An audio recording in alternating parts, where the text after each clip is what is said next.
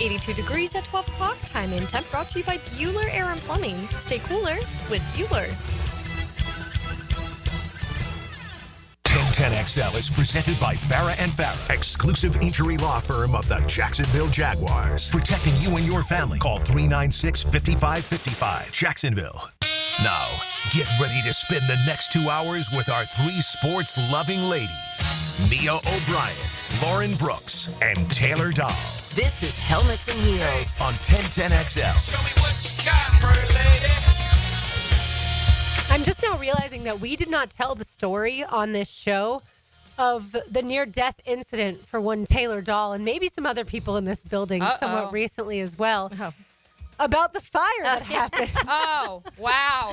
I feel like people need to know this story. Yeah, I feel like maybe other shows had talked about it a little bit. I avoided it because it was a little bit of my fault. But yeah, it was a few weeks. When was that? Now I'm trying to remember because it was like 2 weeks ago. Yeah, there was nobody in the building barely. I remember, so there was something going on during that time to where like a lot of people were out. But we have a toaster oven in the kitchen.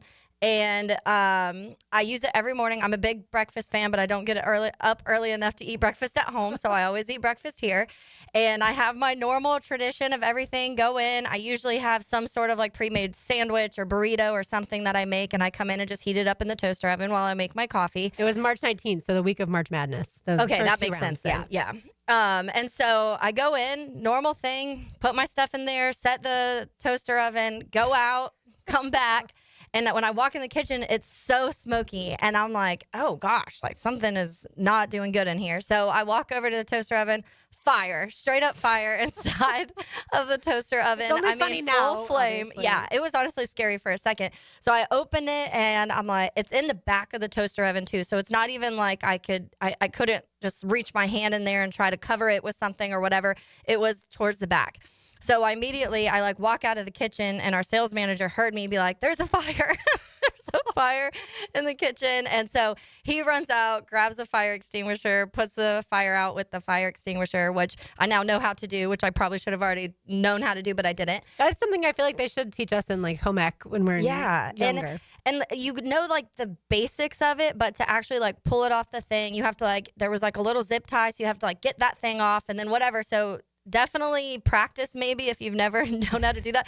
Even Jeff Prosser was like, I've never had to do that. I don't know like how quickly I would have reacted to doing that. And I'm like, well, luckily Ken Brady was there because I didn't know either. But everything was fine. It was safe. We got the fire out. Come to find out, somebody had cooked something previously, and there was like pieces of old food at the bottom of the toaster oven, and it was sitting on the coil. So when I started cooking mine, it heated up whatever somebody had dropped at the bottom and left it there. And so that caught on fire because at first I thought it was full on my fault. And I was like, oh no, I almost burned the whole 1010XL building down. But then when I was looking at the bottom, I pulled out mine, and mine was completely still everything that I had. So I was like, nothing of mine was on the bottom, and there was chunks of stuff sitting at the bottom. But we don't know who that culprit is. I do not. I'm not sure. Obviously, a lot of people use that toaster oven throughout the day and on the weekends when people are in and out of here. But yeah, it was honestly pretty scary for a second, and I almost burned down 1010. So. But you didn't. I did not. And we have a new toaster oven. We did. We got a nice new toaster oven, which that's cool because the other one was nice, but this one's one of those like 2-door opens, has all these different things it does now. So you're welcome to everyone in the building for the new toaster oven. And be careful, everyone at home. I know that with air fryers, you have to clean those regularly or that can start a fire, and that can certainly be an issue. Speaking of the drill and Jeff Prosser, I heard one morning, I think it was last week, he was saying how he goes in the kitchen, and even though he has no food in there, he just opens it to look and see what's in there. He always browses. And I'm like, what are you doing? He goes, I just like to see what everyone has. You can't open the fridge if you don't have anything in there. That's illegal. One of our it's not really illegal, but one of our Heeligans up in Georgia just sent in on the text line the meme of Dwight Schrute when there was the fire in the office, and he's got the giant water jug and he's trying to put it out. The funny part about that 762 is that that actually reminds me more so of when we had a toilet issue here at 1010, and there were people trying to stop the leak in the toilet, and it looked much more like that than necessarily putting out this fire. And it was so. What's funny too is I immediately thought, because back in around Christmas time, I had multiple friends who got those new. There's like the fire blankets now that you just unwrap it, and these fire blankets you just throw over fires and it stops it. How many of your friends have fire issues? So it must have been on like a Facebook ad or something, because like every grandma of my friend got somebody these fire blankets, and it's honestly a good idea because you don't have to do anything crazy. You literally just open the little bag it's in, toss it over, and these are supposed to be the most efficient and clean way. That's another thing with this is there was this foam from the stuff all over the kitchen. So I was like scrubbing the floor, scrubbing all the counters. It was a disaster mess. And so with this, you don't have any of that. So did we get one of those for 10? I feel like we need a fire blanket just in case for future, hopefully no more issues, but just in case. Yeah, there have been lots of issues in this building over the years, but hey, it's been here a while. All right, let's get into some Jaguars football. John Oehser from Jaguars.com got to spend a little time with James Gladstone, the Jaguar general manager, down at the owners' meetings that, of course, started this past Monday down in Palm Beach. And James Gladstone was asked by John his impressions after his first month on the job. Yeah, I think a couple things jump out, right? The offseason got off to a fast start, and really our fan base, their support has really been something that's inspired our group. At the same time, I think the energy around what the future holds has really been something that's been captivating. And, in addition to that, the alignment across the organization from ownership to operations to coaching and scouting, there's a shared vision for what lies on the horizon. And in addition to that, the clarity that comes with what it is that we're hunting up. And I think that only points to a healthier dose and efficiency and effectiveness of the decisions that lie ahead, especially as we start looking towards the draft. Hunting up. I like that. Yeah. I like that. And I like obviously hearing that it seems like there's a building of people that are on the same page, because I don't feel like that's been the case for a while. And maybe it hasn't been actually said, but it's been felt in a lot of the decisions and a lot of the back and forth of drafting players and then not starting those players, or even having those players active and things like that have just started adding up. That to me was very clear that there were a lot of people on different pages. Listen, social media doesn't dictate life, but yes, I saw more than one of you out there in Healigan and 1010XL listener nation that took notice that Liam Cohen's wife posted a picture on Instagram of everyone just hanging out. Everyone hanging out, like Liam, Baselli, James, their wives all hanging out. Yeah. And I saw more than one of you say, this has never happened in the history of the Jacksonville Jaguars. And I don't think that's a prerequisite for success. Yeah. But at the very least, because once upon a time, and it should be noted, like when Doug Peterson first got to town, he and Trent Baalke did have a very strong relationship and a good rapport, and Trent really went out of his way, and the wives hung out. And yeah, Gus and Dave had a great relationship. Right, exactly. So it's not to say that didn't exist. I just think that the fact that two of these individuals got their start in the National Football League in the same ecosystem, to use a term from James Gladstone, I think that bears fruit in that. I think Tony Baselli has been looking, and I don't want to speak for Tony, but I think he's been looking at what Sean McVay and Les Snead have built out there in Southern California, where obviously he has roots. He went to college and has been admiring that. And now you bring in two members of that brain trust who want to create that here on the East Coast. Also, they're starting this adventure together also. And obviously, Tony's been around the organization for a long time, but in the sense of these three roles coming in together and starting it all at one time, I think does help too, because it helps to come in somewhere, have this conversation from the get-go of this is all why we are here. And we're here knowing what this roster looks like at this point, where this organization is at this point. And times in the past when it is, when you hire Doug Peterson, for example, Trent's already on his second coach now. And so he is trying to, at this point, save his job. So there's probably a little bit different that you're approaching things compared to three guys and Tony and Liam and James coming in and all on the same page and taking these jobs and these roles for the same reasons. Two things. One, from what I've been told, Doug Peterson is at peace with how things ended here in Jacksonville. And we'll see if he ever coaches again. Not sure about that part.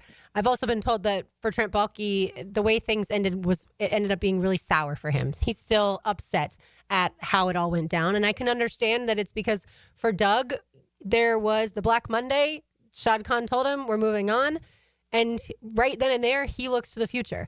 For Trent Baalke, there was that really awkward 2.5 weeks of, yes, I'm riding with you, but I won't if there's a coach coming in here that maybe doesn't want to work with you. So, like, I can actually understand. Tell the whole universe we actually aren't committed to you. Right. And so, yeah. Sorry, Trent. It was me again. Right. And so,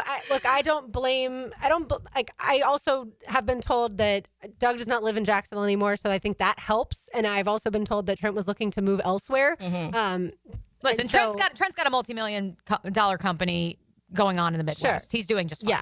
And so I think he'll end up back in the Midwest. And I think that can also be a healthier thing rather than walking around a town where every time people look at you, they associate your face with the clown movement, right? Yeah. And so I do think that one day, and it may have already happened, that he moved, he and his family. The other thing is, Liam Cohen the other day said that he called him Bakes, but Baker yelled at him, and that's fine. Yep. You know how you can yell at someone and everything be okay? Because you have a really strong relationship to start things with. You have a healthy relationship and you are symbiotic in a lot of ways. And so when you get to a crossroads, you're able to say to the other person, I disagree with this, and it's okay. Yeah, nothing breaks down. There's a mutual respect there, and that helps, because when you have that built in naturally, when you do have disagreements or when you do need to have the tough conversations, it's okay. And maybe sometimes they get heated because this is your career, this is your livelihood for some of these people, this is your love, your passion, your brothers, your family, everything. And so that brings out a lot of emotions. And so you being able to react to that and the other person being able to respond to that in a mature way it's a prime example of how relationships should be in all walks of life, honestly. I think it also just stems, quite frankly, from not being afraid of confrontation. And I've spoken to enough people, both here in Jacksonville and no, not even that. I'm saying even in Philly, when there was confrontation, Doug Peterson would shy away. He didn't want to. I would think Liam has the juice in that. Right, but also Liam grew up. He got his PhD, as he likes to say, in an environment where ideas were questioned in a constructive manner. I really would encourage any of you who have an athletic subscription, A, because she's our friend, B, because it is an incredible piece. Kevin and I went back last night and we reread Jordan Rodriguez' Finding Rams. Well, I reread it Sunday night, and then I told him, I was like, hey, when I was sitting on my laptop for like an inordinate amount of time, I was paying attention, but I was rereading the piece because I wasn't listening to a word you were saying. Right, as we do. And then I made him read it last night, because as we do look towards the NFL draft officially 3 weeks away, and we do look for ideas of where James Gladstone and Liam Cohen could be headed with their selections based upon their previous experience, the one big takeaway he had, and I agree, and it relates back to this idea of confrontation is not the worst thing. Like, it's okay to disagree and have discourse, was that because many of the over-the-top officials within the Rams organization do not live in Los Angeles. Many of the scouts do not live in Los Angeles. Many of their meetings are over Zoom. But even though they're not in person, Les Snead implemented water cooler time. It's an hour-long session at the end of each call where you're expected to stay on and basically shoot the breeze, but give ideas of like, I was at this like small school the other day, and like they're telling me about this kid who's coming up, and he's a junior. He's like 6'6". He's like a pterodactyl. And that's how some of the best ideas come from that. And some of the disagreements that come out of that water cooler session. The idea of they crave contact, to put it in a football term. Yeah. They want to have disagreements. That didn't exist. Conflict for the last however many years, that has been run from in the Miller Electric Center here in Jacksonville. It's also sometimes the best conversations come from less formal interactions. Yeah. And so in a meeting when there's an agenda, people don't want to speak up at that point in time, even if they think they have a good idea, because it's not fitting into what the plan was. And so sometimes, that water cooler, sometimes the best ideas for a new project, or certainly a football player that no one's discovered, a basketball player. I think that's how Todd Golden and his staff operate. Hey, there's this guy in Australia I think we should go after. That doesn't necessarily come from one of those formal meetings. All right, I want you to hear more from James Gladstone, but we are beginning our countdown to the draft series today, where we chat with experts from the markets who pick ahead of the Jaguars at pick 5. So we will start with the Titans, who have the first pick overall. Wonder which way Justin's leaning at this point. We will pick the brain of Justin Mello, who covers the Titans, and the draft coming up next. You are listening to Helmets and Heels on 1010X on 92.5 FM. Go full throttle for a photo finish. Look at this! Whoa! Sunday at Darlington. Checkered flag is out. Powered by the Plumbers and Pipefitters Local Union 234 and 1010XL. This is Mike Lynch, PGA Golf Professional. Take it from me. If you're dealing with an orthopedic issue, talk to the doctors at Southeast Orthopedic Specialists, where you're treated like a pro. This is Dr. Kevin Murphy with Southeast Orthopedic Specialists, where athletes are treated like pros. Thanks to all of you who have allowed us to be part of your recovery. Call us at Southeast Orthopedic Specialists if you ever have a need. Relieve pain and bring you back to life. Southeast Orthopedic Specialists. What could you do with an extra $75,000 right now, or even a couple $100,000? If you own a home, you can get that money in less than a week with Loan Pronto. Hey, Prosser here. Loan Pronto is the leader in quickly converting your home equity into cold hard cash, so you can pay off all your credit cards or start that home remodel. Loan Pronto has several easy options to let you access the cash from your home. There's virtually no paperwork, no cumbersome process, no junk fees, often no appraisals. Listen, the average homeowner now has over $300,000 in equity. That's your money. Use it. One client got $150,000 out and paid off all their credit cards, 2 car loans, and a personal loan, cutting their monthly expenses by $1,500. You can get approved in as little as 1 day, so act now with no hard credit pull up front. LoanPronto.com or 904-999-1508. Get the money you need for anything at 904-999-1508 or just go to LoanPronto.com. Equal housing lender, NMLS 1661781, subject to lender approval, NMLSconsumeraccess.org. Value or flavor? Price or taste? Why choose when you can get both with everyday deals at Sonny's? Right now, you can get the pork big deal for $10, the pork and rib combo for $12, and all you can eat ribs for just $19.99. Yep, you heard right. All your favorites are now available all day, every day. And that's why it's always Sonny's here. Sonny's Barbecue, local pitmaster since '68. Kingfish Pest Control Wednesday. Helmets and heels. Hey folks, Rick Ballou here for John's Auto. They've been a staple in Jacksonville going all the way back to 1985. At John's Auto, they service all makes, all models, cars, trucks, diesel, you name it, they do it. Whether it's routine maintenance or a complete engine overhaul. Call John's Auto on Arlington Road. That's 904-743-3857 or go to johnsautomotivejacks.com. Your AC's broke, it ain't no joke. Call Florida Home AC. Florida Home AC. Florida Home AC. Florida Home AC. FloridaHomeAC.com. Get more Gators on the Gator Bites podcast presented by Southeast Orthopedic Specialists with new episodes every Friday. Subscribe and listen by searching for 1010XL's Gator Bites podcast wherever you find podcasts and at 1010XL.com. This is Corona Premier. It's the light beer you didn't know was a light beer until right. Wait for it. Wait for it. Wait for it. Now, Corona Premier, an unexpectedly light beer. Corona Premier, a light beer with just 90 calories and 2.6 grams of carbs. The premier side of light. For those that are active and on the go, pick some up the next time you're heading out to enjoy the day under the sun. Corona Premier, an unexpectedly light beer. Your Jacksonville Sharks are back and ready to take the field for the 15th anniversary season. The Drive for Five starts Sunday, April 6th as your Sharks take on the Las Vegas Nighthawks. Ask about special ticket pricing for all you sports teams at jacksharks.com or call 904-621-0700. 904-621-0700. Go Sharks! Prosser here. Sharks football is back. Come celebrate the 15th anniversary season this Sunday, April 6th, as the Sharks take on the Las Vegas Nighthawks in their home opener at the VyStar Veterans Memorial Arena. Already 1-0, the Sharks look to crush Vegas on Pirates and Princesses Night. Have some family fun and break out your best pirate hat or tiara. We're not but humble pirates. For tickets and special pricing for you sports teams, go to jacksharks.com or call 904-621-0700. That's jacksharks.com or 621-0700. Keeping kids active is a full-time job for parents. Look no further, though, than I-9 Sports, covering Duval, St. John's, and Clay to get your youngster in the game. Spring and summer registration open right now for flag football, soccer, t-ball, and basketball. Plus, all new girls volleyball at Duval Charter Bay Meadows. I-9 Sports with fields and gyms all over 3 counties. And the best thing is I-9 Sports offers sports year-round so kids can always find a sport to play. i9sports.com. Enter 1010 in the promo code. Our slogan, Know Before You Blow, applies to more than just DUI cases. Hi, I'm attorney Lee Lockett of Lockett Law.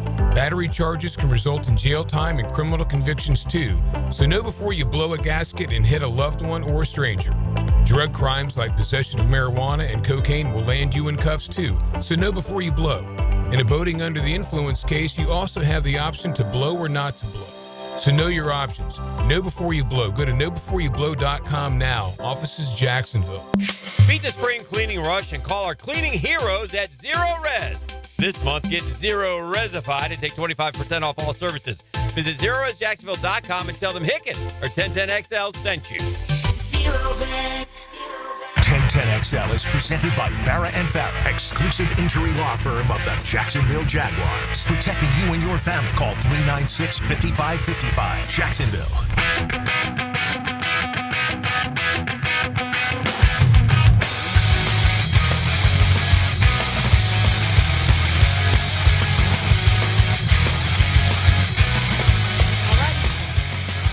Alrighty, welcome back in. This is one of my favorite songs and one of my favorite times of year. So this is a fun intro. We are joined now by Justin Mello. He covers the NFL draft for the Draft Network and also the Tennessee Titans for Titans Size of Fansided and several other outlets. So Justin, thank you so much for joining us today. Pleasure's all mine. Certainly a busy time of year in the calendar, but I'm excited to talk Jags and NFL draft. We are super excited this time of year, and we did this last year. We want to get to know. Last year it took a little longer because there were 16 teams picking in front of the Jaguars. This year there's only 4 teams selecting in front of the Jags. So we like to shake this out because we like to get an idea of what the teams picking ahead may do, and that way we have an idea more so of who could may be available at that 5th pick this year for the Jacksonville Jaguars. And so that's where we wanted to start with you today, Justin. And so let's go with the big one. I'll start with that big question in Tennessee is obviously what they want to do with Will Levis. Do they give Will Levis more time? Do they give him a little bit more time to develop? And that's where I think everything kind of lies with what this decision may look like. So let's start there. Thoughts on Will Levis and where the organization sits with him right now? No, I don't think they're going to give him more time to develop, at least certainly not in Tennessee. I think last year was a big letdown, and head coach Brian Callahan has been very candid when discussing Levis's 2024 season. It just wasn't what they expected it to be. All the development they felt he had shown behind the scenes in practice, training camp, the preseason, they didn't see any of it, throughout the regular season. It was the repeated mistakes, the constant turnovers, right? One of the highest turnover-worthy play rates in the NFL. As Callahan prepares to enter his second season here, it just doesn't feel like he's comfortable kind of, hedging his job security on Will Levis. And quite frankly, it's tough to blame him. When you go 3-14 and you feel the quarterback was largely responsible for that, that's a tough sell to that head coach because a repeat of last year, would almost certainly get Brian Callahan fired. So, no, I do not think they're going to give him another year to compete. In fact, I imagine he's not going to be on the 2025 roster. I do think they're going to try to trade him at some point during the draft or this offseason. And the writing's on the wall. They went out and signed 2 veteran quarterbacks in free agency, the type of quarterbacks that are very clearly backup-type quarterbacks. Brandon Allen, who had worked with Callahan before, by the way, in Cincinnati, and also Tim Boyle, who's got some connections to being a 4th quarterback, which was the preference of the new general manager who was previously in Kansas City. So all signs point to Cam Ward at number 1 overall. I think they've already signed a backup quarterback, a veteran-type mentor in a Brandon Allen and possibly a Tim Boyle. And I do expect them to move on from Will Levis this offseason. But here's the thing, Justin. Not only do you cover the Tennessee Titans, of course, you've covered the NFL draft for the Draft Network. Is Cam Ward the right pick for the Tennessee Titans, or is this solely a move that's going to be made to extend the leash on Brian Callahan? See, I don't think Callahan's quite the one making this decision, right? I think that's where people kind of it gets lost in translation a little bit. They've got a new general manager in Mike Borgonzi. They've got a president of football operations in Chad Brinker, who's been given more power over the organization. Neither of those guys are the ones who hired Brian Callahan. So they've got a very long leash. All indications are in control of this organization. Callahan has certainly voiced his opinion regarding drafting Cam Ward. The indication I have is that is his preference, but they are not going to draft Cam Ward because of Brian Callahan. They are going to draft Cam Ward because Cam Ward has convinced Mike Borgonzi and Chad Brinker that he is the appropriate pick at number 1 overall. You know, they came into this process really high on Abdul Carter, high on Travis Hunter. They came into this process thinking they might trade the number 1 overall pick. As it's worn on and as the right offer, you know, potentially did not arrive, they've just been more and more impressed by Cam Ward. They had a formal interview with him at the Combine. They sent the gauntlet down to Miami's pro day to watch him perform, where he was very impressive. They had him on a pre-draft visit to Nashville before the pro day. In fact, before free agency even opened, because they said, hey, let's bring him in here, see how comfortable we are. And if we're not comfortable, maybe we'll go after a Sam Darnold or an Aaron Rodgers in free agency. Now, that obviously didn't happen. And they had a private workout with him after the pro day. They have literally done everything they could possibly do with Cam Ward throughout the pre-draft process. The owner took her private jet to that pro day to meet with Cam Ward. Sorry, to the private workout, that is, to meet with Cam Ward and watch him perform. So they've dotted their I's, crossed their T's, and it certainly looks like it's going to be Cam Ward at number 1. And so, therefore, Justin, the natural next question is, how do you think he will be as a pro? There's a lot of reason to have good faith and belief in Cam Ward. I think when you look at his journey, you can't underrate that aspect of it. He doesn't take the same path as most number 1 overall quarterbacks, right? West Columbia, Texas, small school, small town guy, ends up at Incarnate Word. I mean, a program that some college football fans haven't even heard of, in all honesty. Elevates himself, goes to Washington State, plays in that air raid offense, shows good development. But make no mistake, another big step forward from Washington State to Miami. Well, what does he do there? Leads the program to their first 10-win season since 2017, 4,000 passing yards, 40 throwing touchdowns.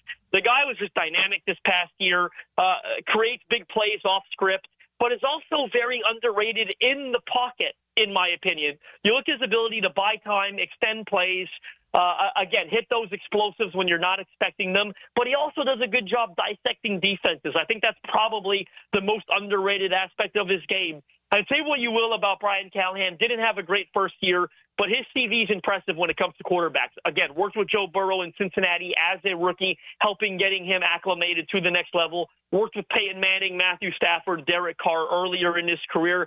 I think the Titans are really confident in Cam Ward, the person and the prospect, and they're confident in the environment they're going to put around him. So I think, Justin, the next question is, and we've still been having it here when it comes to Trevor Lawrence and how if these quarterbacks aren't put in the best spot or maybe surrounded by some of the pieces, it's taken a little bit longer. You see some growing pains and things like that. How ready do you think the Tennessee Titans offense is to be able to help a young guy like a Cam Ward? I know they've put a lot of pieces into that offensive line when it comes to the draft and when it comes to free agency, but when it comes to the full surroundings of what could help a rookie quarterback, where do you think the Tennessee Titans lie in that?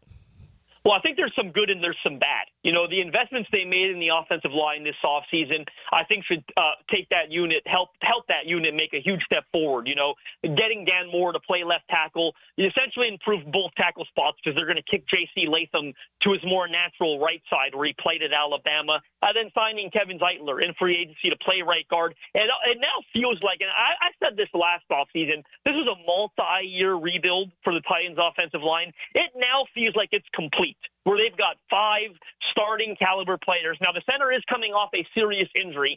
There's a bit of concern there, but they did retain a veteran backup they think can hold down the fort if he starts the year, still kind of getting past that. But they've now got 5 pieces in place on the offensive line when healthy that most people would agree are at worst league average or better. They didn't have that last year. They haven't had that the last couple of years on the offensive line. So it feels like they've sort of completed that transformation. I think that was done with Cam Ward in mind. They've got 2 good running backs in Tajay Spears and Tony Pollard. Indications are they're going to draft another one, which will come off as a bit of a surprise to those who aren't in the know. They've got tight ends they like in Chigakonkwo and Josh Wiley. Where the big problem lies right now is that wide receiver. You know, they've got one proven asset who you guys are very familiar with in Calvin Ridley, and that's really it. You know, they've got a couple of guys, Traylon Burks, Jaquan Jackson, who haven't quite lived up to their draft billing. Not Jackson so much being that he was a 6th rounder, but guys that haven't really proven they could play a full-time role at receiver. And they didn't do a whole lot in free agency. They went out and got Van Jefferson a rotational guy they think can play a role for them, but is obviously not a high-end type of receiver. So they're forced to draft a couple of them here in April, and they're going to have to ask them to play almost right away. At least one of them is going to have to play right away for them at receiver. They might do that at number 35. They might do that via trade back, get another pick in the 60s or 70s and pick a receiver there. But I'd say, the offensive line is in good standing. They got two good running backs, some tight ends that could help, but there are some huge, huge holes at wide receiver right now. Calvin Ridley, a proven asset. Say what? I'm just kidding, Justin. I'm just not kidding. In Jacksonville. Hey yo. You can find Justin of the Draft Network on X at JustinM_NFL. Let's segue a bit more to the draft itself, less about the Titans specifically, Justin. I'm curious where you believe the first 5 picks will land if Cam Ward is to go number 1 overall. Where do the Browns, Patriots, Giants, I skipped the Giants there. Whoops, my bad. They may be the biggest wild card of them all in my estimation. And finally, the Jags at 5 go to round out those first 5 picks. I do think Cleveland ends up going with Abdul Carter, pass rusher out of Penn State, pair him with Myles Garrett. They'll have the scariest pass rushing duo in the NFL if that's what they do. The Giants are the wild card, like you said. Do they go Shedeur Sanders at number 3? Certainly within the realm of possibility. I'm going to predict that they pass on that and go with Travis Hunter. He's the best overall player in the draft, a potential generational talent, a guy that can play on both ways, of course, wide receiver and corner. I think the potential there is too good for them to pass up, and they'll feel a bit comfortable moving forward with the quarterback room of Russell Wilson and Jameis Winston. At 4, I think New England's as big of a wild card as anybody. Certainly, if the Giants go with Sanders, for example, New England will race that card up to the podium and take Travis Hunter or Abdul Carter, whichever one is there at 4. If the draft goes the way I, just played out, of course they're not going quarterback. I think they either go with Will Campbell, the offensive tackle out of LSU, but I think there are some underdog picks there that might shock people on draft weekend. Jalen Walker, the front 7 edge guy out of Georgia, I think there's someone I'm told they're very high on. And then, if Mike Vrabel's going to pull a stunner, remember how much he loved Derrick Henry in Tennessee? Well, what about Ashton Ginty there at number 4 to kind of get his bell cow? And then with Jacksonville at 5, no matter what happens there at 4, in all honesty, I think Jacksonville's going to take Mason Graham, the defensive tackle out of Michigan. I think this guy's the 3rd best player in the draft. Regardless of positional value, I have him just behind Hunter and Abdul Carter in this class. There have been a lot of questions surrounding Mason Graham. I'll put my hand up and say I don't quite understand them. I think this pre-draft process is sometimes too long, and we start looking for things. Yes, he doesn't have the longest arms in the world. There was a discrepancy in his weight based on what he weighed at the combine versus what Michigan had him listed at. Throw all that nonsense out the window. This guy's just a dominant football player. He turned the tape on. He's got high-end potential as a 3-tech. Jacksonville does not have a dominant interior player. You get him to play on the inside. Watch how he frees up Josh Hines-Allen and also Trayvon Walker on the edges. It would be a great fit for Jacksonville at number 5. Justin, I totally agree. This pre-draft process, you start to think you kind of know what a team's doing, and then you overthink it, overanalyze, and eventually you go completely opposite direction and go, the Jags are going to draft a weapon for Trevor Lawrence because you've overthought it. Which is how Trayvon happened, though, and then it did happen. And then, yeah, that's a good point. Justin, final thing, Liam Cohen, James Gladstone, Tony Baselli, that trifecta here, from the outside perspective, certainly from a rivalry perspective, what do you think of those guys? I got to know Liam Cohen pretty well a couple of years ago. Funny, when the Titans drafted Will Levis, you might recall, Liam Cohen coached him at Kentucky. I had the ability to connect with Coach Cohen. He came on my podcast, broke down Will Levis film with me for 2 hours. I mean, I couldn't believe the guy who was willing to do that. Just really an outstanding personality. Was very high on him a couple of years ago when he was with the Los Angeles Rams, learning under Sean McVay. That didn't work out because they had an injury at quarterback. People forget. Why didn't it go well? They lost Matthew Stafford for more than half that year. He doesn't work out. He goes back to Kentucky, rehabilitates his stock, did a great job with Will Levis at Kentucky, comes back to the NFL, just a phenomenal year at offensive coordinator with Tampa Bay. Remember, people were wondering, when the Bucs lost Dave Canales at OC, was Baker Mayfield going to be able to keep that up? Well, Liam Cohen comes in and arguably improves things, took it to another level. He deserves this opportunity. I think they've paired him with an outstanding, young, brilliant football mind, the ascending James Gladstone. I think Jacksonville's got things moving in the right direction here. Yeah, we give a lot of credit to Liam Cohen and what he was able to do with not only Will Levis in college, but also Luke Fortner, because those two haven't seemed to work out so well at the next step. But yeah, thank you so much, Justin. You'll be able to find Justin Mello on X at JustinM_NFL. All of the draft coverage, which we really appreciate. You know, it's a lot of hard work and a lot of things that you guys go into to get all of this information for us. So we appreciate your time. Pleasure was all mine. Thanks for having me on. Thanks, Justin. Also, he authored a book, not that Jaguars fans necessarily want to read it, but called Titans of the South, and it goes through the history of the Tennessee Titans. But certainly are there any Titans fans listening? I don't know about that part, but certainly they can check that out. Very interesting that he said that he believes that the Titans will trade Will Levis. The reason I think it's interesting is not because of Will Levis necessarily. I don't know of a team that's going to want to trade for Will Levis. As a backup. I think there's teams. There's certainly teams right now. I mean, look at the Las Vegas Raiders. Like, yeah, maybe they draft a quarterback later.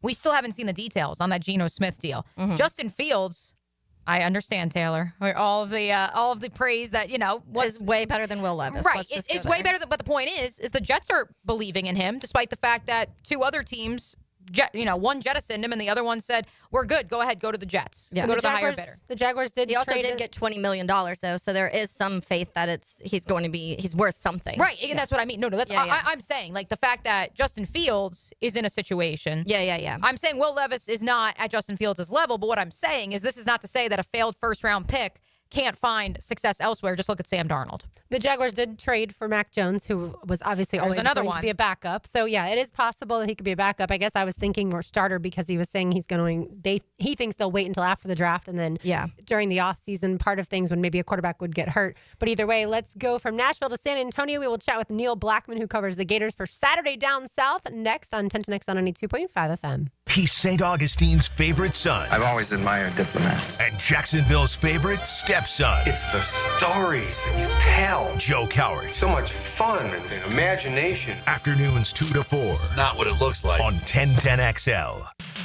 Lauren Brooks here. At Hodges Mazda, they're proud of their solid reputation in the Jacksonville community. As your hometown Mazda dealer, their high customer service standards and their huge inventory of both new and used cars provide their customers a consistently first-rate car buying experience. Their professional non-commissioned sales team put your best interests first without exception. And all new vehicle purchases include the Hodges Mazda Protection Package. Visit them online at HodgesMazda.com or stop in today to learn more and discover the Hodges Mazda difference.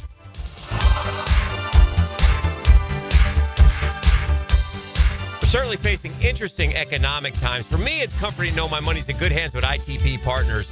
Jacksonville guys taking care of my Jacksonville money. Experience? Yeah, that's Chris Bryan, Jeff Hartman, Reagan Wright, Dan Abel, Scott Regner, Janice Cobb, and Reed Wingate. They have the expertise and knowledge to take care of your money. For more info, go to itppartners.com. ITP Partners, they're my financial partners for life. Non-compensated client testimonial may not be representative of all client experiences. No guarantee of future performance or success. Jumbo Shrimp Baseball is home at the newly renovated VyStar Ballpark tonight at 7:05. Its charity begins at home featuring Connect Church. Then it's Thirsty Thursday and fireworks Friday and Saturday. Baseball all weekend. Tickets start at just $5.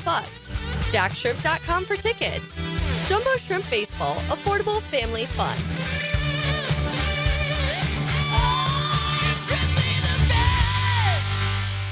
All right, it's Baloo. Let's get real for a minute. Losing weight isn't exactly easy, especially when your life involves being surrounded by good food at every event imaginable. Believe me, I get it. But thanks to Awaken 180, I'm already down 10 pounds, feeling sharper, more energized, and never hungry.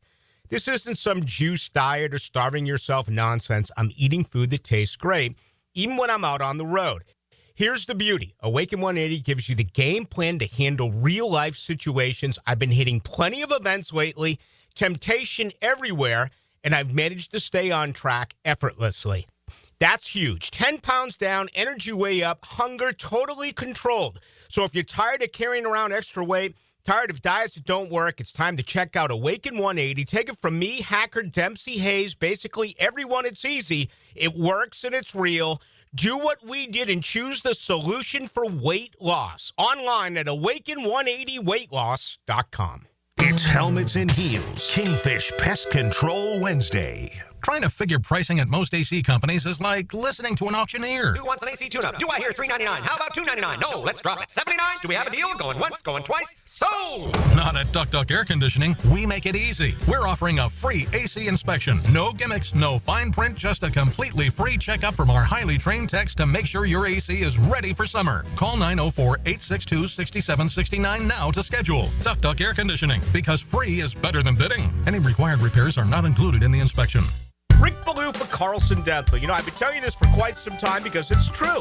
I hate going to the dentist, or at least I used to hate going to the dentist. I had total anxiety, and then I tried sedation, light sedation for cleaning and deep sedation as well for cavities and root canals. Folks, it's an incredible experience. So don't be nervous. Don't be scared. Go to carlsondentalgroup.com. That's carlsondentalgroup.com for all of your dental needs.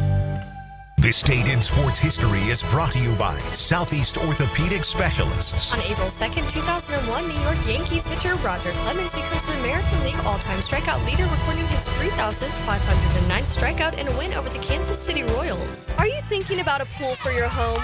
Blue Haven Pools is Jacksonville's largest pool builder. They've built pools for over 20,000 satisfied families since 2000.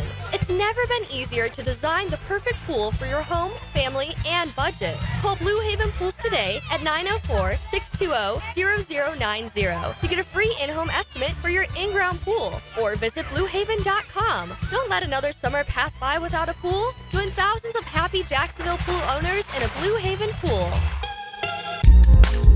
ET here, and if you've ever been injured in an accident, visit my buddy Dr. McGowan at McGowan Spinal Rehabilitation Center. You have 14 days to see a doctor and protect your insurance benefits, even if you're at fault. And no matter what you hear, you have the right to choose your own doctor. So I recommend McGowan Spinal Rehabilitation. Their auto experts will guide you in every step of the way to ensure the care that you need. Your recovery starts with McGowan Spinal Rehabilitation. It's game time for your business, and Advanced Business Solutions has the winning play. With Xerox copiers, you'll never miss a deadline. Fast, reliable, and built for high performance, Xerox copiers keep your team ahead of the competition. From printing to scanning, Xerox brings the MVPs of efficiency to your office. Ready to make the winning move? Hire the champions at Advanced Business Solutions. Better known. Printers, copiers, and IT management. Advanced Business Solutions. Where is the deepest canyon in the United States? Filing an insurance claim following a storm shouldn't be an ordeal.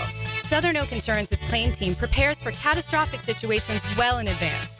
Log on to southernoak.com. Our family protecting yours. Southern Oak Insurance. The deepest canyon in the United States is Hell's Canyon along the Oregon and Idaho border, about 8,000 feet deep at some point. Southern Oak Insurance.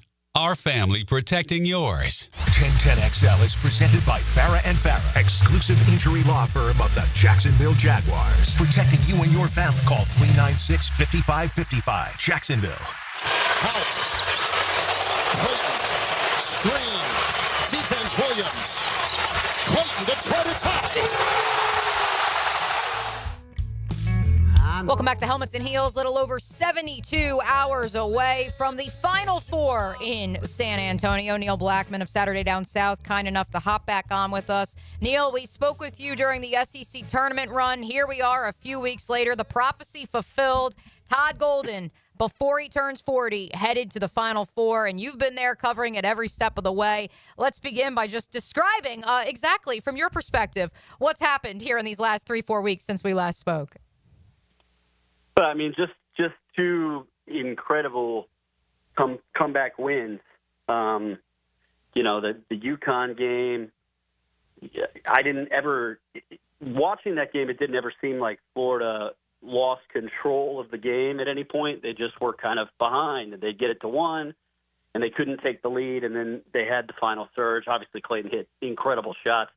The Texas Tech game was the complete opposite. I mean, they really looked dead. They couldn't stop the pick and roll. They couldn't make shots. They were getting out-rebounded, out-physicaled, out everything. And, there's Todd Golden, 39 years old, and just a picture of serenity and calm in the under 4 timeout with 4 minutes to play, saying, hey, guys, let's just keep playing. Let's keep being us. And then Walter Clayton hitting video game jump shots. Tommy Houck introducing himself to America. What an incredible story. A team without a single top 100 ranked player is headed to the Final Four. I want to talk a little bit about Auburn because we've talked a ton of Florida, and rightfully so, and I know we'll continue that on. But when we go and we discuss Auburn and the way that their regular season ended, there was a lot of question marks for a lot of people because it felt like things were starting to unravel a little bit. But then they get to the tournament, and defensively they really tightened up from a team that was struggling really bad late. And so, in your opinion, when you look at this Auburn team right now as they were heading out of the regular season into this tournament play now, what has been the biggest change? What has been this biggest momentum shift for them? Well, you said it. I mean, they started to guard at a really high level again, which is I think they wowed people with their offense and sort of the beauty of the simplicity of it. They don't do anything terribly complicated on offense. It's an old school flex offense that high schools run, but they execute it perfectly. And then they throw in some sort of NBA wrinkles to it that really allow their guards to get easier looks at the basket. And it's easy when Johnny Broom's down there sealing things. But what built that 27-2 record, the reason they clinched the SEC, the best conference in the history of the sport in a regular season, the reason they clinched it with 3 games to go was they just guarded people. Denver Jones, tenacious on the perimeter. Chaney Johnson's a problematic matchup for anybody. And then Janai, just his ability to alter shots, to control the glass, that got away from them. Whether they took their foot off the gas pedal or they played a weird zone defense against Texas A&M that made zero sense. They hadn't done it all year, and they lost that game. I think they just struggled to get it back together. Now, they played really well against Tennessee in the SEC tournament loss and just lost that game. And I think it was kind of a bright spot that they could build on and say, hey, we've got to get it together. But then they didn't look great the first weekend, right, except for the fact that they really locked down Creighton, a team that runs great stuff in the second half. I thought they played awesome in Atlanta. That Michigan State game was much less close than the final score. They were never threatened in that game. They led 23-8 and were really able to bother all of Michigan State's actions on the perimeter. And then, they got off to kind of a choppy start against Michigan, but they outscored Michigan. I think it was 38-17 in the last 10 minutes. Just tremendous execution in terms of how they guarded Michigan in the pick and roll late in the game. If they guard like that, they can win too. That they can. All right, let's talk about the health of both Janai Broom and Alex Condon. Broom, obviously, for Auburn, had that elbow injury, also an ankle injury, and then Condon still struggling with a little bit of an ankle injury. I did hear Chris Harry from FloridaGators.com, who joined our afternoon show yesterday, say that he thinks Condon is healthy. I tend to believe him since he travels with the team, but what have you heard, Neil? Yeah, he looked good yesterday. I did not, unlike Chris, I was not inside the practice facility for their practice, but he was going to go and at least do something at practice. And then he wasn't walking in any sort of boot or brace. So he looked good. He looked mobile. He said he felt good when I asked him. So I think he's okay. Janai, obviously the 3-pointer he made was a movie, right? It was incredible, but he also looked like he was playing with one arm. That elbow, it's like Alex. He's had kind of a recurring issue. The x-rays came back negative. The best news for Bruce Pearl and Auburn, I think, and for Janai, who deserves this moment and this stage, is that he has all week. That they played the last game Sunday, but, to not have to play until Saturday is huge. I doubt he'll practice, but, they obviously will need Janai to win. Neil Blackman of Saturday Down South joining us here on Helmets and Heels. You can find him on X at NW Blackman. That's BLACKMON. We'll be headed to San Antonio to cover the Gators in the Final Four. Neil, some odds just dropped, and I'm curious your take. These are from BetOnline AG. The exact finals result, the most bet on prediction for the national championship game, Duke over Florida at plus 220. Duke over Auburn, close behind at plus 325. And Florida over Duke, currently a 5-1 odds. What do you make of which team will advance from the Final Four to this year's national title game? Well, I feel bad for Houston. I'll tell you that much. This Final Four is incredible. It's 4 of the 10 best teams in the KenPom database, which I think KenPom is probably the most digestible analytics tool in sports. Most fans can type in KenPom.com and they can look at that, and it's not real complicated. So 4 of the best 10 teams since 1997, all at this Final Four. Houston playing in their home state.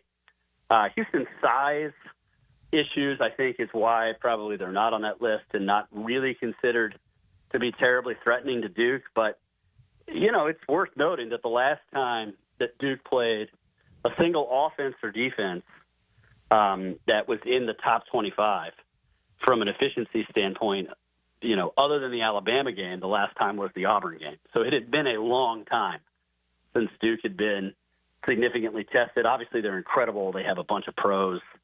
And then they have Cooper Flagg, who's 1A, 1B in National Player of the Year. Actually, it looks like he may sweep the National Player of the Year awards, which is a little surprising. So, I think Houston can certainly push Duke. I would still pick Duke in that game.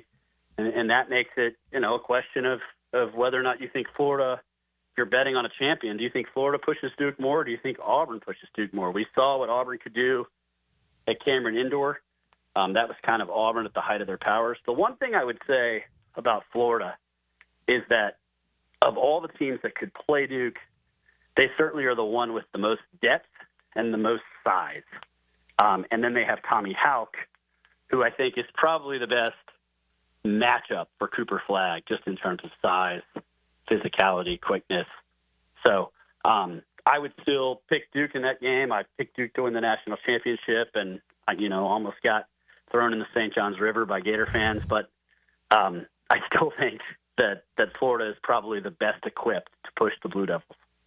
Yeah, Neil, we've had that conversation a lot of the depth of Florida and also just the runs they can go on. We've had that conversation since the start of the season and the difference of Todd Golden and Mike White and how the teams have been run in that way. But I do want to ask you, because you wrote an article on Saturday Down South, and it was at the Final Four, the SEC's One Shining Moment Arrives is the title of the article. And it's pretty much going into depth about the guarantee that an SEC team will play in the national championship. It was the deepest and best conference, obviously, through college basketball from the start of the season. But talk a little bit about that article and just the importance of this in the world of college basketball for the SEC in general. Yeah, it's been since 2014 that an SEC team plays for the title, and I think if you asked the SEC commissioners, I'm sure they were thrilled that Kentucky was in the championship game in 2014, but they would have rather had 35-3 Florida play in that game. But obviously the Gators lost to UConn. That was also a 2 SEC team Final Four. So, but the league wasn't as good. Florida arrived really good. Kentucky arrived kind of a Cinderella as an 8th seed. But everything around them was, hey, are these teams truly battle tested?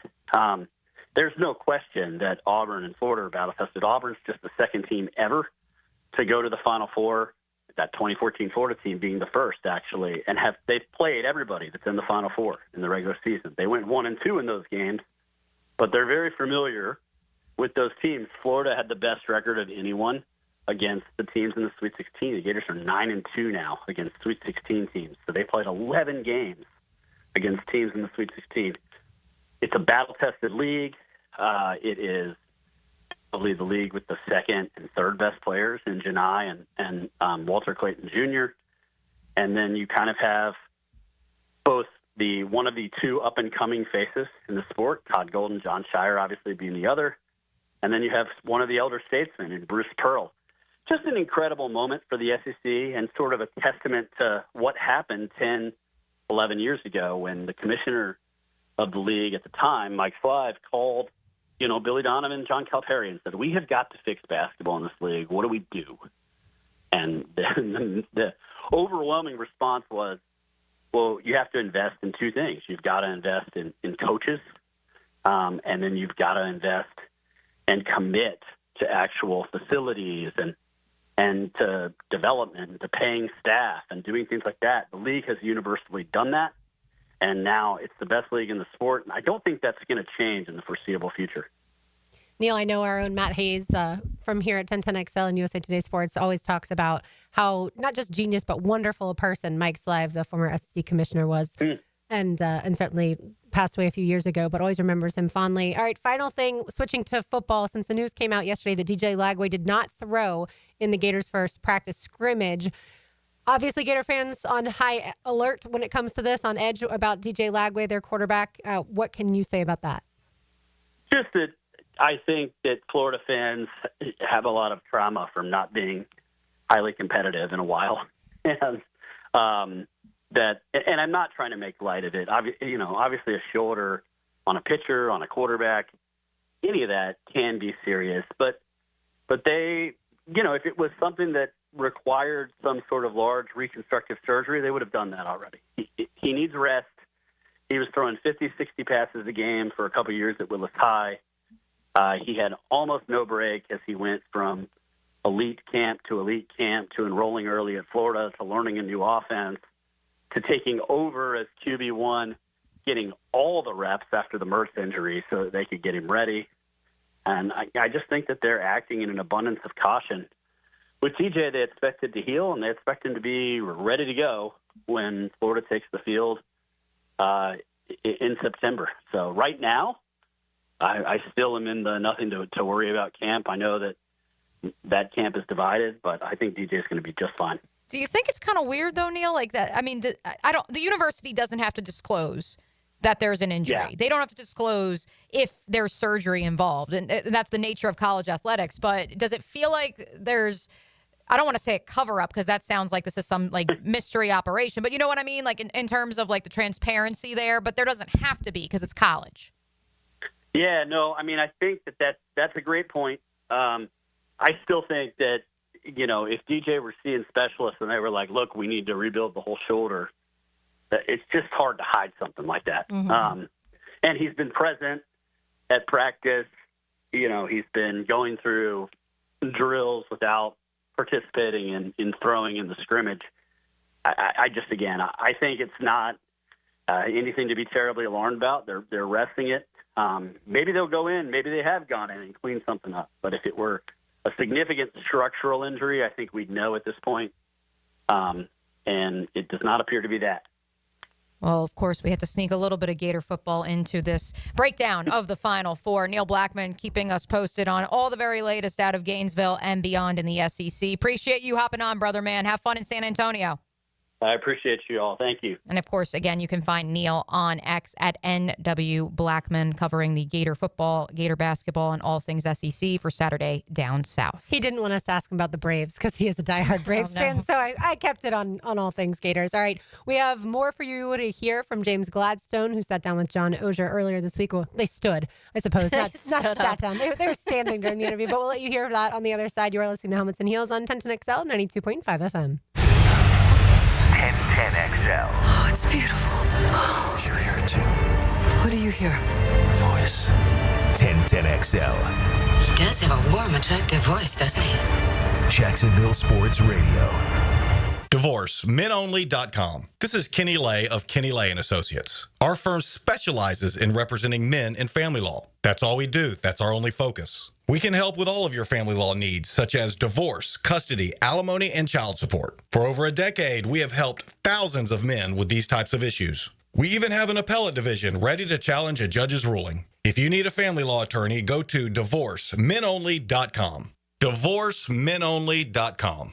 Offices, Jacksonville. Tired of a plain and boring backyard? Stonecore on Phillips Highway is your one-stop choice to beautify your home. With pavers, stonework, outdoor kitchens, fireplaces, pergolas, and driveways. Visit stonecore.co. We do outdoors better. The magical basketball ride continues for Gators fans this weekend, and now you can remember all 34 Gators wins with a full-size Season to Remember basketball for only $149.95, featuring scores of every game along with embossed logos, championship history, and more on panels of the ball. Order now. Get one of only 5,000 licensed balls. Call 800-345-2868. 800-345-2868. Or visit nikcosports.com. Attention men and women. If you would like to get your hair back, then you need to listen to some of our clients. John in Orange Park. IHRS showed me what was causing my hair loss and helped stop it. Call IHRS now at 904-777-IHRS. Find out how to grow your hair back with a free hair and scalp examination. Mike from Bay Meadows. I finally found the most experienced company who could restore my hair. Now I have hair where I had none before. Results guaranteed. Diane from Ponte Vedra. Now I have what lotions couldn't give me. Thick, beautiful hair. Find out why you're losing your hair and how to grow your hair back. Call 904-777-IHRS for a limited time free hair and scalp examination. Now my hair will grow for the rest of my life. Thanks, IHRS. Thank you, IHRS. Thanks, IHRS, for giving me my hair back. Hurry and receive a free hair and scalp examination and get 2 weeks of laser treatments for free. Call IHRS at 904-777-IHRS. That's 904-777-4477. Hairforme.com. It's Helmets and Heels, Kingfish Pest Control Wednesday. Proud partner of the Jacksonville Jaguars.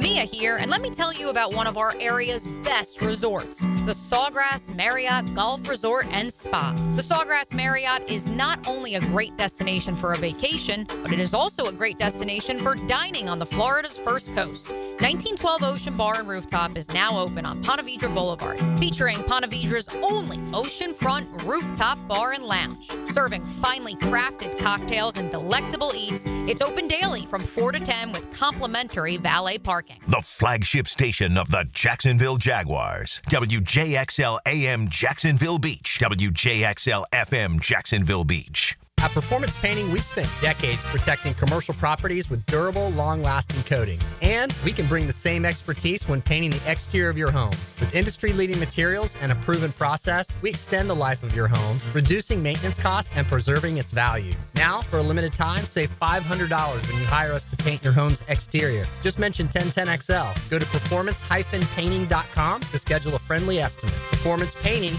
Repair, protect, preserve. Performance Painting! For the greenest, luscious lawn on the block, choose the local legends, Roundtree Sod. Don't just settle for ordinary. Let Roundtree Sod deliver you a picture-perfect lawn. To get a free estimate, call 7414-SOD. 7414-SOD. This is Molly McDonald with your 1010XL Southeast Orthopedic Specialist Local Sports Update, brought to you by TopDressing.com. Florida Gators baseball secured a midweek win over the North Florida Ospreys last night, 8-4, with a season-high 5 home runs. Although they continued to struggle on the mound with a rough start, throwing only 20 strikes out of 40 pitches to start the game. Coach Kevin O'Sullivan spoke post-game on his continued frustration with the pitching performance. Disappointing thing is, talk about the same thing since the fall. For whatever reason, the message isn't getting across. We tried a lot of different messages to try to get this thing simplified, form. It's just preaching the same thing. Just get to 2 strikes as quick as possible and throw 2 of the first 3 pitches for strikes, and the batting average against is going to be in your favor. Yeah, it's frustrating. The Jacksonville Jumbo Shrimp secured a 10-5 victory over the Worcester Red Sox in their home opener last night at Five Star Ballpark. The game was highlighted by a grand slam from outfielder Roberto Hernandez during a 5-run third inning that expanded Jacksonville's lead. Game 2 will be tonight with first pitch at 7:05. It's 84 degrees at 12:59. Time and temp brought to you by Bueller Air and Plumbing. Stay cooler with Bueller.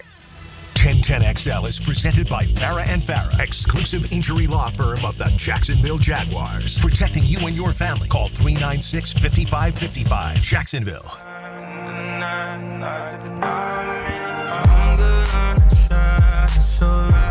I'm glad Molly just mentioned in the update about the Jumbo Shrimp getting that first home opening victory last night. They're back tonight, like she said, at 7:05. And if you see us there, please say hello. Taylor's already decked out in her Jumbo Shrimp gear. I'm ready. Mine's ready for a hot dog. Hold on.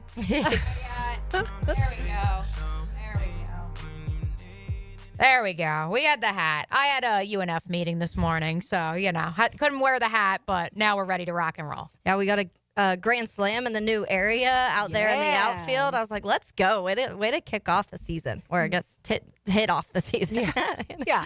It's one of those things I always tell people, if you've never been to the Players' Championship, I highly recommend going. If you've never been to a Jaguars game, highly recommend going. If you've never been to a Jumbo Shrimp game, highly recommend going. Iceman, you would recommend. You can go on down the line. We've got a lot of really fun sporting events that you can attend here in Jacksonville, FLA. So if you're new to town, those are my recommendations. All right, speaking of the Jaguars, James Gladstone caught up with John Oehser earlier this week at the owners' meetings down in Palm Beach. And John asked James about his relationship with Jaguars head coach Liam Cohen. You know, working with Liam, he has such a fresh perspective, and his ability to connect with people and players in particular, it really stands out, as well as his, ability to adapt scheme to player skill sets. It's something that I really respect. It's something that I think is going to give us a real notable edge here into the future. And, beyond Liam, working with Tony Baselli, the three of us, really being able to challenge each other in the right ways. And, Tony brings such a fresh perspective as well, and a unique perspective, right? Through the lens of somebody who's seen the organization at the highest points. Really a vantage point that is integral to our operation and our process to date, and really looking forward to see some of the conversations that we've been having so far come to life with real decisions here soon. Gotcha. Again, the key word there being conversations, it being okay to disagree. I also think that, and I reported this during the combine, but I continue to hear it from people around the league, that they've been so impressed with how Tony is genuinely curious, was the word that was shared with me, that he's not coming in with all the answers. He's coming in with the background of what's occurred the last 30 years in this organization, which I think is pivotal for two gentlemen who've never lived here before. But at the same time, it is not his way or the highway. He genuinely wants to learn the process of free agency, of the NFL draft, while also providing the insight of, well, this is actually what occurred previously. How do we take that background knowledge and bring new ideas to the forefront?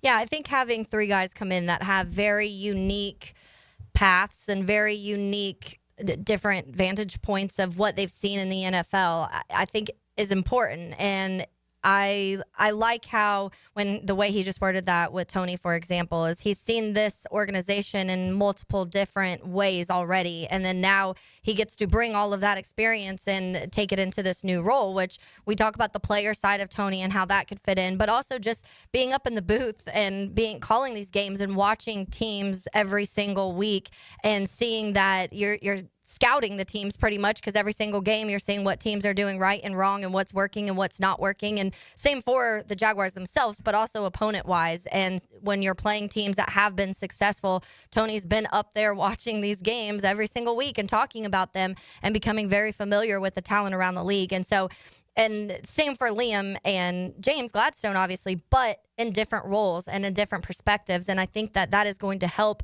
so much, because we talk about the back and forth and how that was a little bit of a concern with Liam Cohen and to start. But if you want to talk about how that could help of his recent experience in college football and how he can still obviously relate to college football players, because he just was doing it not long ago. And so I do think that's important. And then you have James Gladstone, who had this very different path was going to be in high school. And then next thing you know, he's kind of worked his way up through this organization with one of the best coaches that we talk about pulling branches from his tree, and Sean McVay. And so I do think that the original paths of each of these guys is fascinating, but I also think it's going to bring so many different conversations in the building that just haven't been there in a long time. And Gladstone's path also, like you said, was with the Rams, the Sean McVay, but also under Les Snead, who we know is really good at drafting. James was there until February 21st. Yeah. So all that Rams draft knowledge that he was around and soaking up, he has that for this draft. I'm not saying he's going to have that for future years necessarily,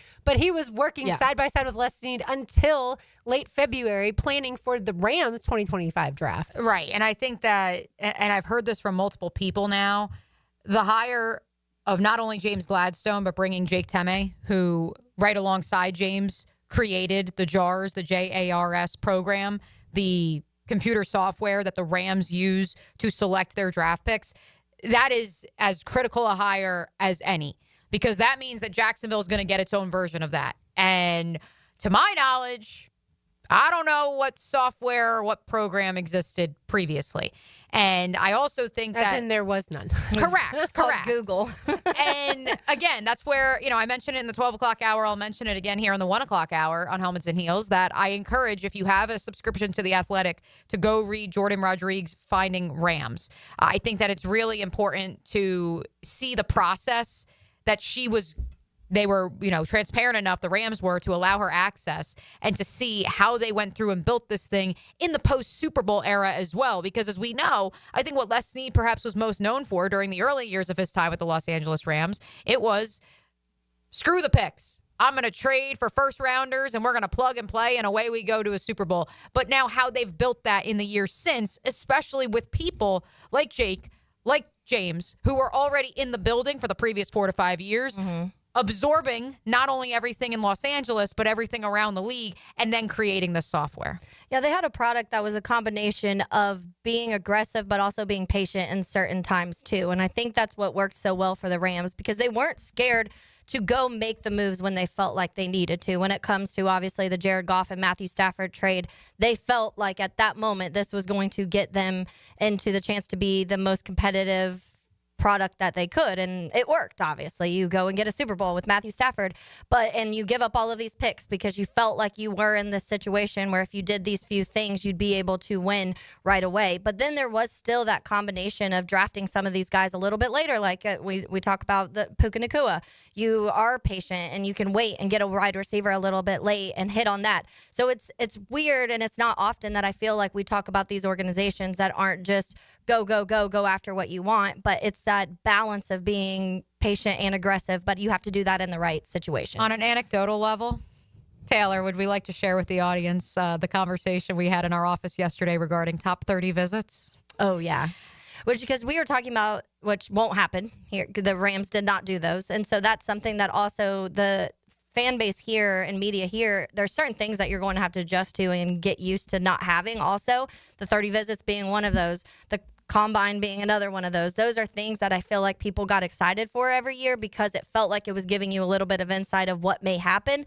It's going to be a lot of surprises because James Gladstone's coming from an organization that didn't do those things and didn't feel the need to have those because they had alternatives built in. The word is clandestine.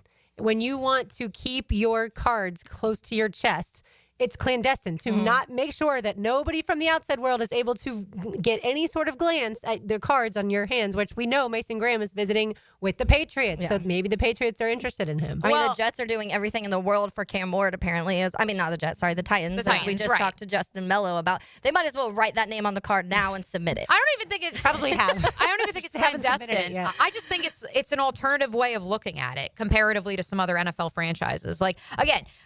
Go read Jordan's piece, but in my summation of the process, it is so much more based on the tape and then essentially bringing in people for one-on-one conversations, not necessarily film breakdowns, not necessarily interviews in a sterile environment in Indianapolis or at the Senior Bowl, and just meeting them where they are in their college town or in their hometown, and then actually getting to know the prospect one-on-one and having the resources to send people there. That's what's so different. And maybe it's a little bit under the cover of night, but I also think a lot of it just has to do with, hey, we're going to do this a little bit more unorthodox. We're not going to make it a parade and pony show like the Titans are doing with Cam Ward, with Amy Adams-Strunk on her private jet, and look at us. We're going to go talk to Cam Ward now. Like that's just not how they operate, because if you do that, the interview subject may act differently than they would in their natural environment. It's like the Bachelor hometown visits. Right. That's exactly what it is. Like, let's see you in your natural environment and how you respond differently from being in a house full of lots of other women who are all vying for the same guy. A little different. But I see what you're saying as far as they're not trying to be necessarily secretive at all times, at all costs. They're trying to go about things thinking outside of the box, which is certainly it does feel like James Gladstone has embraced that new age of football a lot, and we know Liam Cohen has as well. All right, we've talked a ton about intangibly rich. So since we've all had to surmise what that means, let's actually hear from James Gladstone. Again, thanks to Jaguars.com and John Ogier for this question of what is James's definition of intangibly rich? Yeah, I think it's great to be intangibly curious, as our fan base might be labeled at this point. But intangibly rich, I think we can all get to a place that even in our own minds means somewhat of the same thing. When we're looking at on-field intangibles, it's things like competitiveness, toughness, and even instincts and nuances of each skill that is offered up at each position. Off the field, you're looking about, how much passion does somebody have for the game itself, as well as what are they like as a teammate and a person off the field. And so those are things that we gauge and really lean into as a part of our decision-making process. It's really where we start at each point of player acquisition. But, we got to remain agile at the same time and be open to, a number of options. But at the end of the day, yes, it's rooted in intangibles, and that's something that we'll keep as our North Star as we round out this first offseason. The North Star. I love that. Yeah, well, again, it speaks to the competitiveness. It speaks to what you're doing on and off the field. It speaks to, you can say you're a captain and a leader, but can you actually showcase that and not only an interview setting, but do you have the scouting acumen? Do you have the personnel who have taken detailed enough notes, who have asked the right questions? And that's another thing they reference in Finding Rams, how so many of these over-the-top executives, that's why there's so many senior personnel executives in Les Snead's front office, so many of them have built relationships year over year with not only the coaching staffs at these collegiate programs, but with the secretaries. And so they ask them, how does this student athlete treat you? What's the response when they walk into the building? They're speaking to every single person in that building because they've had a pulse on it for so long. Yeah. And so that's where, again, I don't know if we will see the true fruits of this process this go-round. I think next draft will be much more indicative of where this franchise is headed in the draft process. At the same time, you would think, to your point earlier, Lauren, you would think that James Gladstone, at the very least, had some personal notes that he brought over. It sure seems like Les Snead and company were like, go. We want you to, we'll give you whatever. Go. We want you to succeed. And it seems like they would be okay with him taking his notes. It's not like they tried to hide him or anything. And at the very least, he probably has them in his brain. So yeah. One other note, John Oehser did say on the Frangie Show yesterday with Hayes and Hacker that he has a podcast coming at some point in time this week, probably dropping today, with Les Snead. He was able to catch up with him at the owners' meetings. And we know, like you said, Les Snead has been effusive in his praise to Liam Cohen at this point. But it's going to be, Oehser even said, it's going to be one of the better podcasts he's ever done. And so look for that on Jaguars.com. Love that. Off the text line, Design by Lifetime Enclosures from 534. The amount of time it frees up for other items of agenda in lieu of top 30 visits is invaluable, in my opinion, if you do your work ahead of time. And so that's where I think the biggest caveat's going to be to this draft class. Yeah. Because you're taking someone else's notes and you're trying to complete the test. Yeah. And that's someone else's notes with different needs and I think that's part of it too. Yes. So all of that will factor in, and that's why, to your point, Mia, if we're not seeing that full product of the expectations of what James Gladstone can bring here, that's why. Because not only he's getting a late start, Liam Cohen also got a little bit of a later start. So it is going to be, and there's a lot of holes. So there's a lot of things that they kind of have to fix. But at the same time, I do think that if he's bringing some of these things over, of all of these, he's familiar with a lot of these players that we're going to be talking about in the draft either way. And so I do think you'll still see touches of it, but to the point of being this full on, that was a James Gladstone draft, probably won't be until next year. To your point earlier, Mia, you were talking about getting to know the secretaries and how the person treated them. They say that true character is what you do when no one's watching. Right. I think really in today's day and age, true character is how you treat people who can do nothing for you. Right. It's not so much talking to your boss and other people who can advance you in the company. It's how you treat the intern who's not going to be here for that long, or how you treat someone who cannot advance your career. Or someone at the grocery store. So repeat that again. True character is when no one's watching. Which return your shopping carts. Yeah. Amen. Amen, Taylor Doll. I just saw on Twitter, what's the biggest boomer take you have? That's my biggest boomer take. Put your shopping cart back. But point is, when no one's watching, which is why the Rams have made it a point in their scouting process to be there when seemingly no one else is watching, as opposed to here, come for this formal interview that your agent has prepared you for and that your school has prepared you for. And now if you can ace that quote-unquote test, you may actually not have the knowledge. You're just performing at that point. Couple more cuts from James Gladstone on the other side, and I've got today's Terminex Pest of the Day. You are listening to Helmets and Heels on 1010XL 92.5 FM. 1010XL takes you inside the program director's office with Dan and Jeff. I think that went pretty damn well. It was a train wreck. Mornings That is it. I'm pulling the plug. on 1010XL. What are you talking about? This is Mark Nato. My son Justin injured his hand playing baseball for JU. Southeast Orthopedic Specialist performed surgery just a few days later, and within 5 weeks, he was cleared to play in the ASUN baseball tournament. Our family has trusted Southeast Orthopedic Specialists for years. For any orthopedic injury, let Southeast Orthopedic Specialists take care of you too. Relieve pain and get back to life. Southeast Orthopedic Specialists. Helmets and heels. Kingfish Pest Control Wednesday. Jags fans, here's your chance to score a trip to Green Bay for round 1 of draft night. Through the Everbank Draft Night Experience Sweepstakes, one lucky winner and a guest will be there live and in person to see the Jaguars make their first pick. To enter, visit everbank.com/draft by April 4th. That's everbank.com/draft. No purchase necessary to enter or win. Open to legal residents of the 50 United States and D.C. 18 and older. Entry period from 3/3/25 to 4/4/25. For official rules, prize description, odds of winning, and other details, visit everbank.com/draft. Sponsored administrator, Everbank N.A. Hey, it's Matt Hayes. If you're like me, as soon as you click yes to a subscription, you feel stuck. Starting Awaken 180 was the complete opposite because it's not a subscription, no fine print. Pay as you go, lose weight as you go. Awaken180weightloss.com.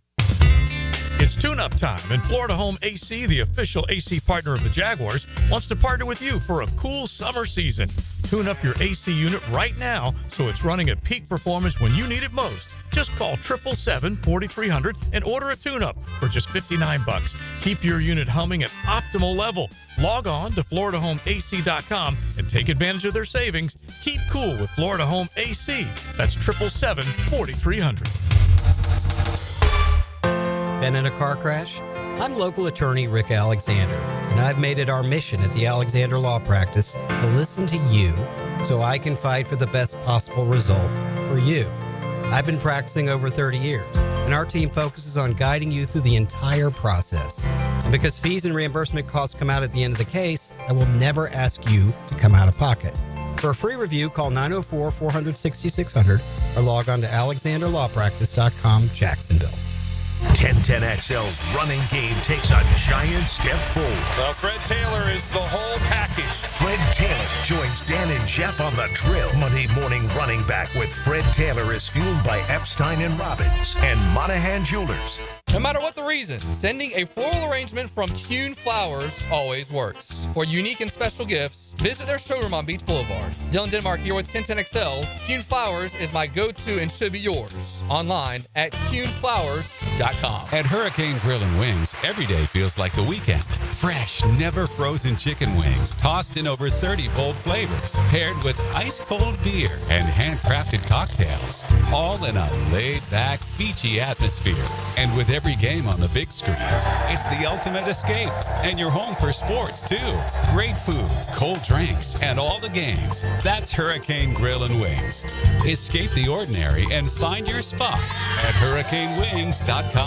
Mark Watson here to tell you a little bit about hardballcreative.com. It's your online promo haven with thousands of ideas on how to promote your company. We're open 24/7, 365. Hardball Creative. Hardball does it all. If you are an experienced electrician looking for your next big opportunity, look no further than the Miller Electric Company, a trusted name in the industry for over 96 years. At Miller Electric, we tackle the biggest projects in the city, offering you the chance to showcase your skills on a grand scale. We believe in rewarding hard work with the best pay, top-notch benefits, and an unbeatable culture where people actually care about each other. Take your career to new heights with Miller Electric Company. Apply today at millercareers.com. Miller Electric, an equal opportunity employer. Look out, world, we're getting strong. The future's here and we belong. She can stand, she can do more. Like build a rocket and watch it soar. Or clean the oceans and make the world a better place. Oh, she can stand, so can you. Find a cure, invent something new. There's no challenge in the world that she can't face. She can STEM. Learn more at She Can STEM. A message brought to you by the Ad Council. Homeowners, listen up. It's time to start fresh in 2025. Prosser here, and Loan Pronto is here to help take control of your finances in 2025 by lowering your house payments and consolidating that nagging debt. Did you know that 9 out of 10 borrowers get a better deal by calling Loan Pronto?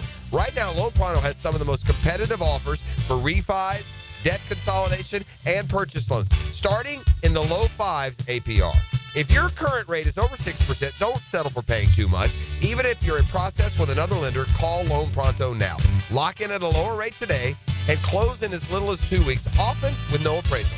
You can even skip your next 2 house payments. It's fast, easy, and hassle-free. Get your personalized Loan Pronto rate quote instantly with no hard credit pull and no upfront fees. Call now, 904-999-1508, or go to loanpronto.com. That's 904-999-1508. Equal housing lender, NMLS 1661781, subject to lender approval, NMLS consumeraccess.org. You've got a lot on your plate. The last thing you need is car trouble. At Maxie's Mechanics, we help you keep your cars, trucks, and SUVs running safely. Visit MaxieAutoRepair.com today for honest service, reliable repairs, and peace of mind for you and your family. 1010XL is presented by Farah & Farah, exclusive injury law firm of the Jacksonville Jaguars. Protecting you and your family. Call 396-5555. Jacksonville.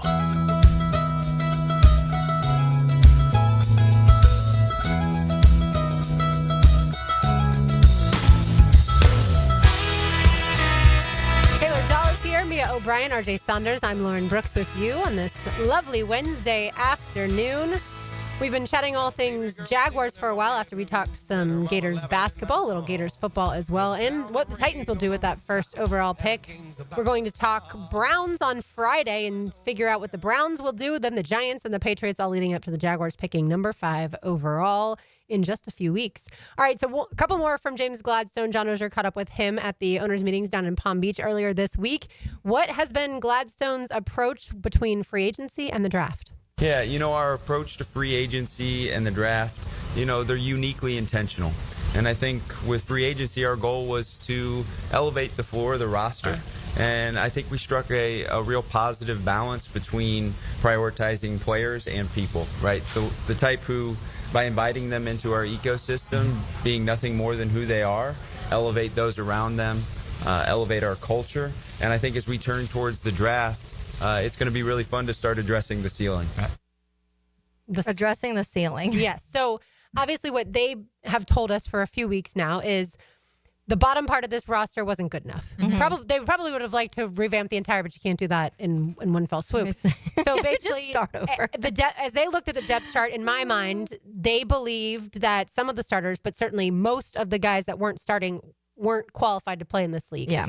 And so they've done their due diligence to try and figure out how they can replace some starters, but obviously also the other part of the roster, what they call the floor. Yeah. Now the ceiling comes with the draft. The guys that they believe are future Pro Bowlers, potentially all pros, that's what they think they could get through the draft, not through free agency. Well, and again, you're elevating the floor just so you can roll the ball out, and if you had to play tomorrow, you'd have a roster that fits what you want to be. Yeah. And even if it's a skeleton crew, it's at least checking the box. Now it's a matter of how do you raise that bar, and that's how you raise it is through the NFL draft. Yeah, there were too many times.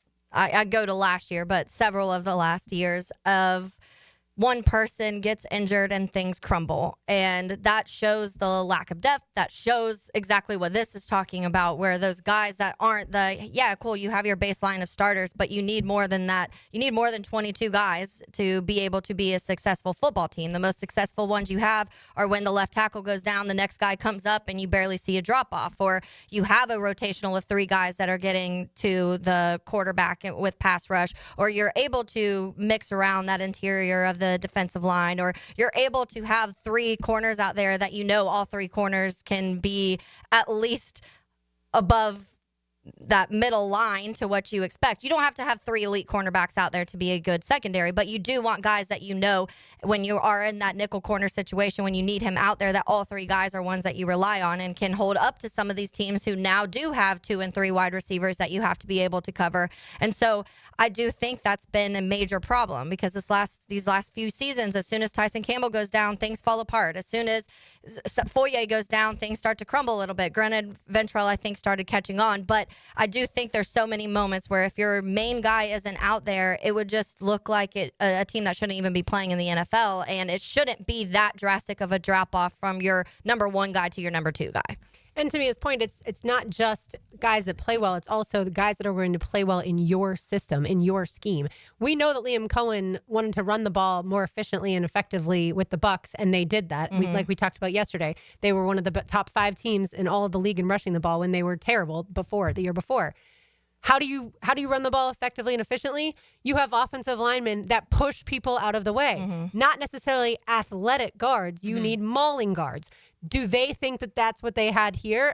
I don't think so. I think they've looked across the offensive line and said that's not going to work for us. Well, I think a lot of that was dictated by the scheme. They wanted to be a zone blocking outfit in the previous regime. They wanted to go more left to right, get out in space, have those bigger athletic guys who, once upon a time, I remember being told you could tell an offensive lineman and their trajectory by the diameter of their ankles, and if they were just a guy who's putting on weight to play offensive line or if they actually were an offensive lineman.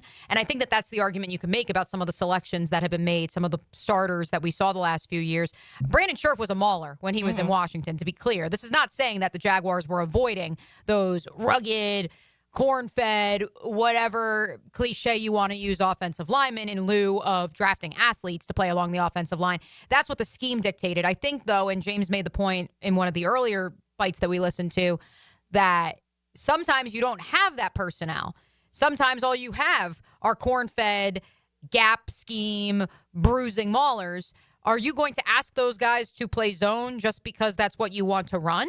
Or are you going to change in order to best fit the personnel the hand that you've been dealt? And that's where certainly Mike Evans' injury, Chris Godwin's injury, it comes to mind, because at one point in time, Tampa's trotting out a rookie wide receiver in Jalen McMillan last year and 3 tight ends. And Liam said, all right, guess we're going heavy personnel. We got no other choice to do. And then you look back here in Jacksonville last year and that notorious Green Bay Packer game, now infamous, in that Christian Kirk goes down. Then Gabe Davis goes down. Then BTJ isn't allowed back into the game because of an injury of his own. And suddenly they have 3 tight ends out there. And I will never get the image out of my mind of Evan Ingram screaming at Press Taylor and saying, we don't have any wide receivers. We can't run that play. Yeah. And Press had to admit in a press conference that he wasn't aware in that moment of that going on. And that's where, that is the prime example of if you want to know, at the very least, it's what Liam Cohen preaches. I need to see it, of course, in person here in Jacksonville. I saw it with my own 2 eyes on tape with what occurred in Tampa last year. Just because you want to run something doesn't mean you're actually going to be able to do that because of the players that you have been given. You know what I think will be a fun exercise to do tomorrow is to go through the 2024 starting depth chart and take a look at how different that will be for 2025. Yeah. All right, one more here from James Gladstone. What does he think about this year's draft? And, of course, he's going to feel like his team is ready, but he was asked if they're ready for it. There's still a lot of work to be done. We're just about a month away from draft day decisions, and we've had the chance to meet with our coaching staff to discuss the initial wave of prospects, and they're working through the next batch. And I think we'll see a lot of clarity here with the next chance that we have to sit down with them and really shape the top 100 of the draft class, and then we'll see how day 3 ends up unfolding in real time, knowing that there's a lot of unpredictability to that stage of the draft for sure. Yeah, if only it went by just the exact mock draft we could do, because as I've been doing a lot of them the last few days, I'm like, oh, wow, that person would still be there at this pick? And no, there's some times where I'm like, there's no way. There's no way that guy's still sitting there. And that's the unpredictability of the draft. But I do think that when you have, and I think that when you have the amount of needs also, it is almost beneficial. You don't want to have the amount of holes that the Jaguars have right now. But I think that with this new regime and coming in and trusting someone like James Gladstone and Tony Boselli and Liam Cohen and what they're able to do, knowing that there isn't any full-on, if you do not pick this position at this pick, then you're doing it wrong. It doesn't feel like that this year, which opens up so much opportunity. And we talked about it yesterday, too, about the depth being deep at a lot of the positions they need to, which is obviously beneficial. Right. And I think that, again, it speaks to they've filled enough of the holes that if they had to roll the ball out today, they could.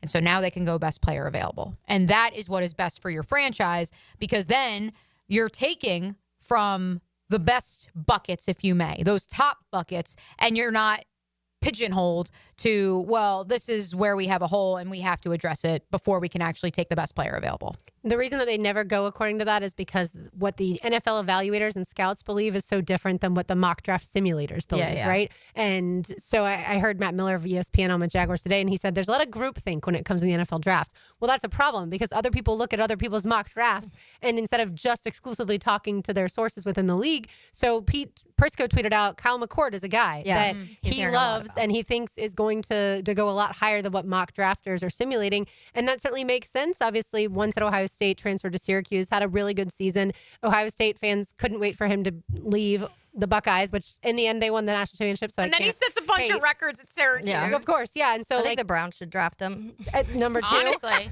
And then the Giants can get Shedeur Sanders at 3. Jackson Dart can go 4 to the Patriots as a backup to Drake May. And then, we get our pick. All right, time now for the Terminix Pest of the Day. Termites, obviously, as everyone knows, are incredibly destructive. You do not want to deal with termites or pests in general. If you have any issues, visit Terminix at Terminix.com, Terminix.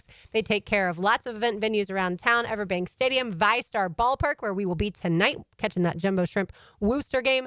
Like I said, Terminix is the best. They take care of the pests at my house as well. So for me, the pest of the day, I probably could have done this on Monday, but I tend to keep these sports-oriented. Today's is not. For all those people out there who have been hating on Morgan Wallen for his Saturday Night Live walking off before the credits finished rolling, and then he posted on Instagram a picture of his private jet and said, "Get me to God's country." All those people that are hating on him, I don't understand it. He did his performance. He said something to the host and said, "All right, I'm leaving."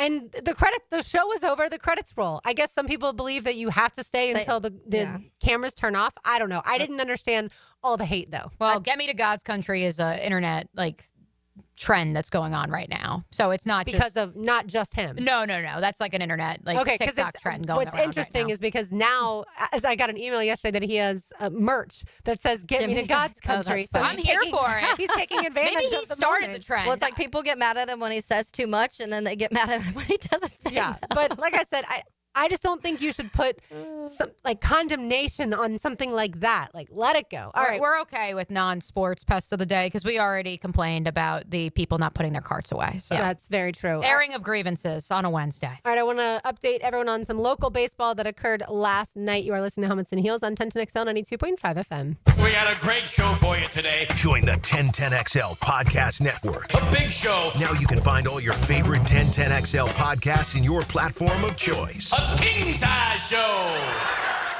So, you finally have some time to yourself. Even if it is just the car ride home, it's you time. And look at you. Do not disturb set before you even got in the car? Impressive.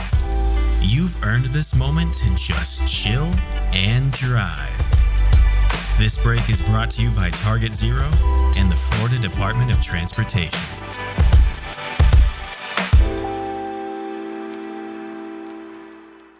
Best Bet is number 1. That's right, Best Bet Jacksonville, Orange Park, and St. Augustine have one-card poker, the fastest and easiest card game to learn and play.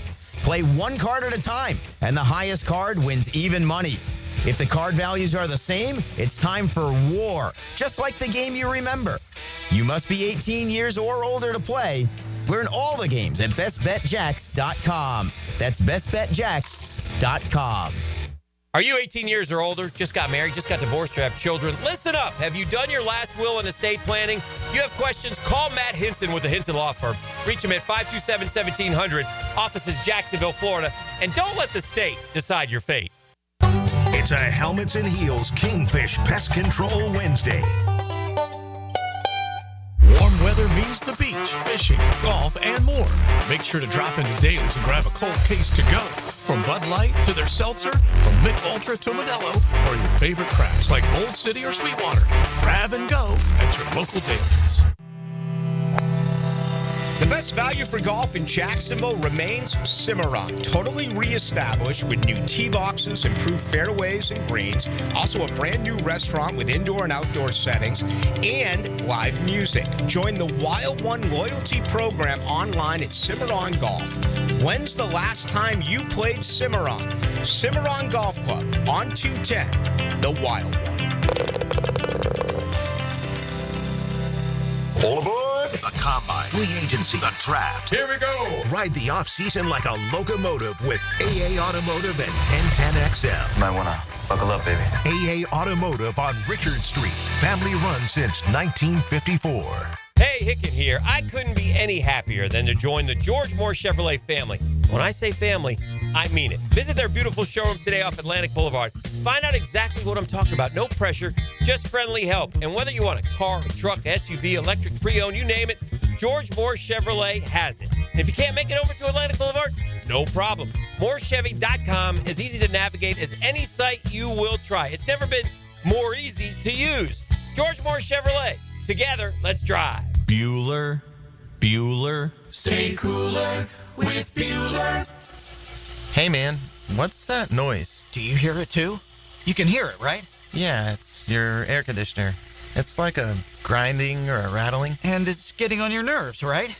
Like it's eating at your brain and you can't think straight, but it just keeps grinding and squeaking and taunting and nagging. You're not good enough. You're a failure. Why can't you be more like your sister, the lawyer? Yeah, I don't hear that last part so much. Yeah, but it's not cool, right, Jason? It could definitely be cooler. At Bueller Air and Plumbing, we can totally repair whatever that noise is and get your AC working smoothly and silently. We fix these things all the time. So I won't be a failure? Life should be enjoyed.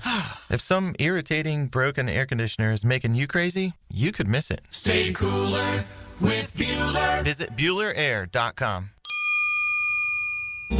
Join UF Health Jacksonville for their inaugural Golf Classic on Friday, April 25th at Amelia River Club. Sponsorships and foursomes are available. Visit ufhealthjacks.org/golf for details. See you on the course. Friendly competition meets great futures. It's the Birdies and Bounces Tournament presented by the Mackenzie Noel Wilson Foundation Friday, May 9th at the Yards. Where else can a pickleball tournament, 15 holes of golf, food, fun, beverages, raffles, and great activities help a worthy organization like the Boys and Girls Clubs of Northeast Florida, where 59 clubs serve nearly 6,000 youth daily. For tickets and team registration, email Charlie C. at bgcnf.org. Oh my gosh. Oh my gosh. I love it. You shouldn't have, but I'm glad you did. The love that a little box from Beard's Diamonds can hold is something that those big box jewelry stores can't understand. As Town Center's only locally owned jeweler with international connections, Beard's Diamonds knows that our little boxes are full of promises, celebrations, milestones, and magic. Big box jewelers only have big overhead and big markups, but Beard's Diamonds sees the big picture of the little box. That's why you can look to us for a great selection of dazzling diamonds and designer jewelry, and a listen-first approach to helping you turn what's in a little box into a big part of your special someone's life. Come experience the local, loyal, and helpful difference of Beard's Diamonds in Town Center. When it comes to helping you celebrate with beautiful jewelry, Beard's Diamonds thinks outside the big box stores. And that makes a big difference. Beard's Diamonds at the St. John's Town Center. What does your dream backyard look like? Hey, it's Joe C. and my friends at CSS Fireplaces and Outdoor Living can design an outdoor kitchen layout custom built to your taste and lifestyle. You dream it, they can build it. CSS Fireplaces and Outdoor Living. Visit cssoutdoor.com. 1010XL is presented by Farah & Farah, exclusive injury law firm of the Jacksonville Jaguars. Protecting you and your family. Call 396-5555. Jacksonville. Now, the cool down from the cool guys at Donovan Air Electric and Plumbing. Fast, reliable, and honest service since '87. No, we want to get you updated on the very latest on the college baseball front as we get ready to hand it off to XL Primetime here on Helmets and Heels. But first, a shout out to our friends at Sporting Jacks who have named their first head coach of their Women's Super League team. I apologize if I butcher this one. Stacey Balam, the Brit, originally from Suffolk, England, who spent the last 2 years as the assistant coach at Vanderbilt University, has been named the first women's head coach of Sporting Jacks. Also has some roots in the University of West Georgia, which of course is now part of the ASUN, but previously was a part of the Gulf South. Yeah, congratulations. Certainly that organization we've talked to Becky Burley about so many times, and I think they're going to have a huge following as far as the Armada did super well when it first started. And so I do think people are going to be really excited to have that type of outlet. We know how much soccer has grown over the last, 30, 40 years, especially for women, but in general in this country. Yeah, and I think it's amazing. We've obviously had a lot of conversations about Sporting Jacks and everything that they're bringing and a lot of the cool stuff that is going to be just built around all of this. So it's really fun, even if someone like me, not the biggest soccer fan, this is the perfect opportunity to be able to start kind of learning the game a little bit more and going to, because I've never even been to one. So something like this, I feel like is going to be the perfect opportunity for me to start getting involved and finding another team I love, I guess, to get anxious about. Taylor can create a chant for there you go. I got it. Team. Yeah, because if you go to soccer games, obviously, whether it's the United States men's or women's national team, or if you go abroad, they all have the songs that they sing throughout. So I did want to mention local baseball. I don't know if y'all were paying attention last night between whether it was JU UNF or UNF and Florida, but both games were spectacular. So JU is up 5-0 in the top of the first in Tallahassee. And I'm like, holy cow, FSU is going to lose to JU. What a great game for JU. And granted, it was just the top of the first, but still a 5-run top of the first is pretty good. FSU ends up coming back, and it's 5-2 after the first. So then I was like, okay, FSU's going to probably settle in, and they did, but it went back and forth. FSU ended up with a 6-5 lead. Then JU took the lead 7-6, and in the end, after 2 home runs from Max Williams, JU loses 11-10 in Tallahassee. I know. FSU, 4th-ranked team in the country for a reason. They kept battling. Yeah, and certainly credit to Link Jarrett and his group, but JU was on the brink, and then meanwhile, Florida beat UNF 8-4 thanks to 5 home runs. That's right, a season high 5 home runs in that game from the Gators. From 5 different players? Yes, 5 different players. Bad news for Florida is second baseman Cade Curlin is now out for the season due to a shoulder injury. He suffered it back against Miami. He did come back in a couple games, but then he's now shut down. And that news, of course, comes after Frank Menendez, who's a left-handed pitcher, was already ruled out for the season. He probably has to have Tommy John. Outfielder Kyle Jones was ruled out for the season with a shoulder injury. And then we saw Liam Peterson get injured, but he's back in. But Pierce Capola, who's another weekend starter, has not returned yet. I'm hoping that in the near future, he'll be able to return. Kevin O'Sullivan, we were just talking race in the break. O'Sullivan has said that he's been throwing, so hopefully he returns soon. And so hopefully Florida has all 3 of their starting pitchers. But yeah, it was hard for Joe Mercadante's team to fall like that. But your pitching at some point in time just can't withstand some of those really big bats by Florida. And Kevin Cash, we were talking about the Rays. If you've never heard of this guy, if you are a Rays fan, I'm sure you have, but Jake Mangum. He's a 29-year-old rookie. That's right. 29-year-old rookie. Has been obviously battling in the minors for so long. In his major league debut, he went 4 for 4 against the Pirates. I talked to Frank, who was at the game. Frank. He was calling him Babe Ruth, which Frank hated a few years ago. Randy Rosarina, who was like a second-year rookie and or ended up winning Rookie of the Year, even though he was a second-year player. But he was constantly, at that one season, whatever year that was, I mean, pretty good batting average and just constantly getting home runs, and no one had ever heard of him before. I'm not saying Jake Mangum is that guy, but he did just get a single off of Paul Skeens as that game's going on right now. That's hard to do. Getting anything off of Paul Skeens is hard to do. And I know Frank is just so excited to see Paul Skeens. Oh, for sure. And that was the real reason, but I'm glad he got to see Babe Ruth too. Yeah, there's certain, and especially for baseball fans, but I remember the first time I saw Aroldis Chapman pitch in person. It's so different. Like, it is wild seeing someone throw 103, 104 in person. And even it looks crazy on TV already. But when you're sitting there in a major league stadium and you can hear the way the ball's hitting the glove from how far you are. Like, I was up in the 200s and you could still hear the smack in the glove from Aroldis. And he had 3 straight pitches of 103 plus at the game I was at. And it's just mind-blowing. There's no way I would be able to hit the ball to even come close to it. I'd be like 10 miles or 10 seconds late. But I do think that it's just something different. And Skeens obviously is that guy too with how fast he pitches. But his control is what is really wild, because a lot of the guys, Aroldis was a little crazy sometimes. There were times where it's it was a little scary. He has hit people in the head before, and that's been obviously an issue because when you're a wild pitcher throwing over 100, it's not very safe. Yeah, it's hard for the batter to get out of the way. So, by the way, the Pirates do lead the Rays 1-0 right now. Oh, yeah. I did want to mention this too. This is something that we didn't talk about yesterday when we were talking about some of the rule changes or some of the things that are coming into the NFL. The Sony's the Hawkeye innovations also, that is going to be, this is obviously that like the measurement device now that they're going to have.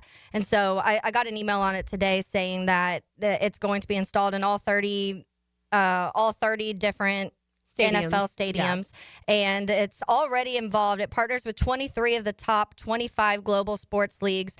So it's something that's already been, obviously, it talks about tennis. They're part of that. They're part of the tennis Grand Slams, cricket majors, all of those things. The Rugby World Cup is already involved in all of these things. So there's a lot of... Cricket has it. How does the NFL not have it? How did it take so long? But there was a few details on it that were interesting. And so the number one, it says, as on-field officials are notified of the measurement outcome, virtual recreations of measurements are produced in real time for an in-stadium and broadcast audience. The full operational process takes around 30 seconds, saving up to 40 seconds from measurements with using chains. So it's going to be really cool to kind of see how this goes, and because it's going to be quicker, number one, which we always talk about how we want to like speed up the pace of everything, but also being able to immediately, for fans at home and for fans in the stadium, to see this recreation of where the ball is actually landing, where the measurement, and being able to see all of that firsthand is going to be really cool. And I do love that the chain gang will still be there, if only in for I don't want to say like to be a prop, because they are the backup. But I do love that they'll still have the chain gang. They are the backup, and they'll still be doing their job. It's just we're not actually using them. Yeah.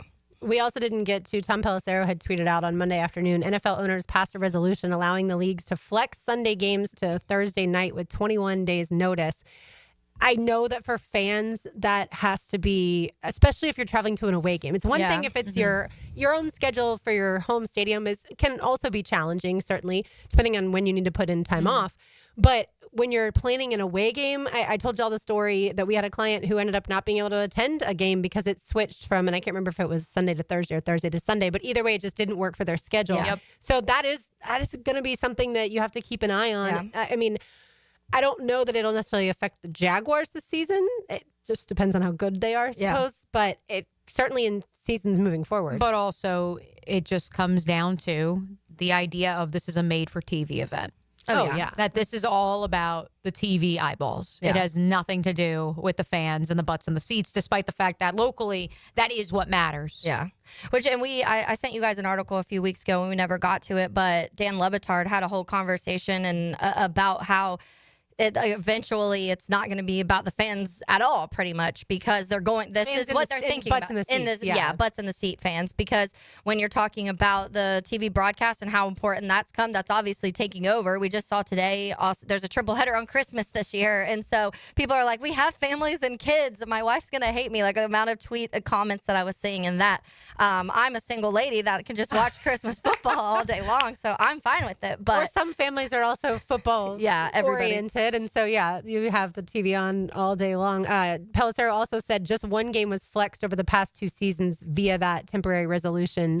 Back then it was 28 days notice. But I do understand from the TV network's perspective, you don't want clunkers in primetime football. Yeah. And for fans at home who aren't planning to go to the game, you don't want to watch 2 teams that have a losing record. We always joke about how London gets a lot of teams with losing records and how are we really bringing the game internationally? I don't think we can flex those games, unfortunately. I think those are set in stone. Yeah, most likely. All right, let's say hello to XL Primetime. Now, the 2-minute drill. Serviced by Cool Cats Heating and Cooling. Locally owned and operated. We're your neighbors. CoolCatsJacks.com. The coolest cats in town. Matt, one topic of conversation has been surrounding DJ Lagway. We chatted with Neil Blackman of Saturday Down South earlier, and he said if it was some sort of massive reconstruction, then we would know about that. Most likely it's something he did need his shoulder cleaned up, but he'll be fine for the fall. What say you? Since I know you had Mark Long on, who kind of stirred up this controversy on Primetime. I don't know that it's a shoulder injury, actually. Oh.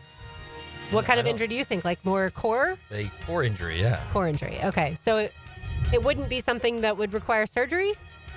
I don't know. I don't think anyone knows, and that's the problem. It's interesting. I think if they were really concerned about it, you would see them sign like a legit guy who has started games as his backup. I mean, my guess is they're hoping that rest and rehab and whatever, if it required surgery or not, it's going to be good by the time camp starts or even by the time the season begins. So this is what I asked Neil, like, why, and I understand it's the nature of college football, and God bless you for covering it for as long as you have. Because that's just what Billy does. That's why. Well, it's not even Billy. It's across the board. Like, they don't have to tell Some coaches do, though. Some Yeah. coaches will say it. It's just some coaches won't. He's from that Nick Saban tree of, I'm not telling you anything I don't have to tell you. Right. And they don't. There are others who will. Others will say, yeah, he's got this, and we're hoping he gets better. And if he doesn't, we'll go to the next guy. Kirby will say these guys are slow. Tired. Tired. I absolutely loved that. So I do love that, too. I think Not one of these guys is in shape. 24 are fat freshmen, and not slow. one of them. Yeah, I Kirby just see him tells doing in the locker room. You're fat, you're fat, you're fat. Kirby tells it like it is, and they don't want to be coached either. So Right. yeah. So you. That was the entire team, not just the Oh, freshmen. absolutely. Oh, yeah. Not just the young guys, but they're all young in relative thinking. All right, what's coming up? We're going to continue with Leon's Pigskin 16. Oh, yeah. Who won yesterday? Now you got me on the spot. Oklahoma or Notre Dame? Notre Dame won. Okay. Go Irish. Yeah. It's all because of Taylor's influence. All right, so the bracket will be revealed today. Today, we have the bracket revealed, and we'll get into it. We'll get into that. We'll do some Jag stuff. We'll talk about the Final Four coming up, obviously. Big game for Florida on Saturday. See what happens. Don't make me nervous. Mia wasn't trying to earlier, but when big game, Lauren. Where were you watch this game, by the way? At her home. Yeah. Pacing the living room. Changing outfits and You must think positions Brian on the crazy, couch. seriously. No, he's the same way, although he doesn't change as often as I do, or at all. I was thinking about this. I feel like you do those push-ups for Florida football. Yeah, not a chance for basketball. I would have like sometimes it'd be like 80 maybe. Wait, what's the push-ups thing? I do a push-up for every point that Florida scores in football. So if Florida ends up winning, 20-10, let's say, every time, so let's say they win, or let's say 21, that's easier math. So they score a touchdown, I do 7 push-ups. They score a second touchdown, I do 14 push-ups. They score a third touchdown, I do 21 push-ups. If they score like somehow 60 score something 70. points, oh yeah, my arms are done. Yeah. She was doing them in Vegas in the restaurant we were at, by the way. Are you dropping to your knees at any point for these push-ups? If we score in the 50s, then You might yes, have to, but right. not if it's like a normal 20s, 30s. All I 40s. know Is there a level point total that you get to where all right, I'm gonna have to go to my knees at some point here? Yeah, I think when it's like well over 100 at some point, yeah. All I know is last time we had Matt Hayes all on for about me. Crosstalk, we talked about my favorite fruits, and now we're talking about Lauren's push-ups. So Yeah. it's got to be you, Matt. You bring out the best in us. In Vegas, she was doing them on the stage at the restaurant we were at, and I was like, I'm impressed because my arm was hurting from the shots I was taking. So that's again why I cannot What do in this the for world are you basketball. drinking? It was her birthday. Okay, It was her my birthday birthday. in Vegas, and the was. game was Your early. excuse, Yeah. All right, Matt. Thanks. We'll be listening. ladies. All right, there he goes. XO Primetime on deck for Mia O'Brien, for Taylor Dahl, for RJ Saunders. I'm Lauren Brooks, and yes, it's a big game on Saturday. We're well aware these heels are made for talking. We will talk to you tomorrow.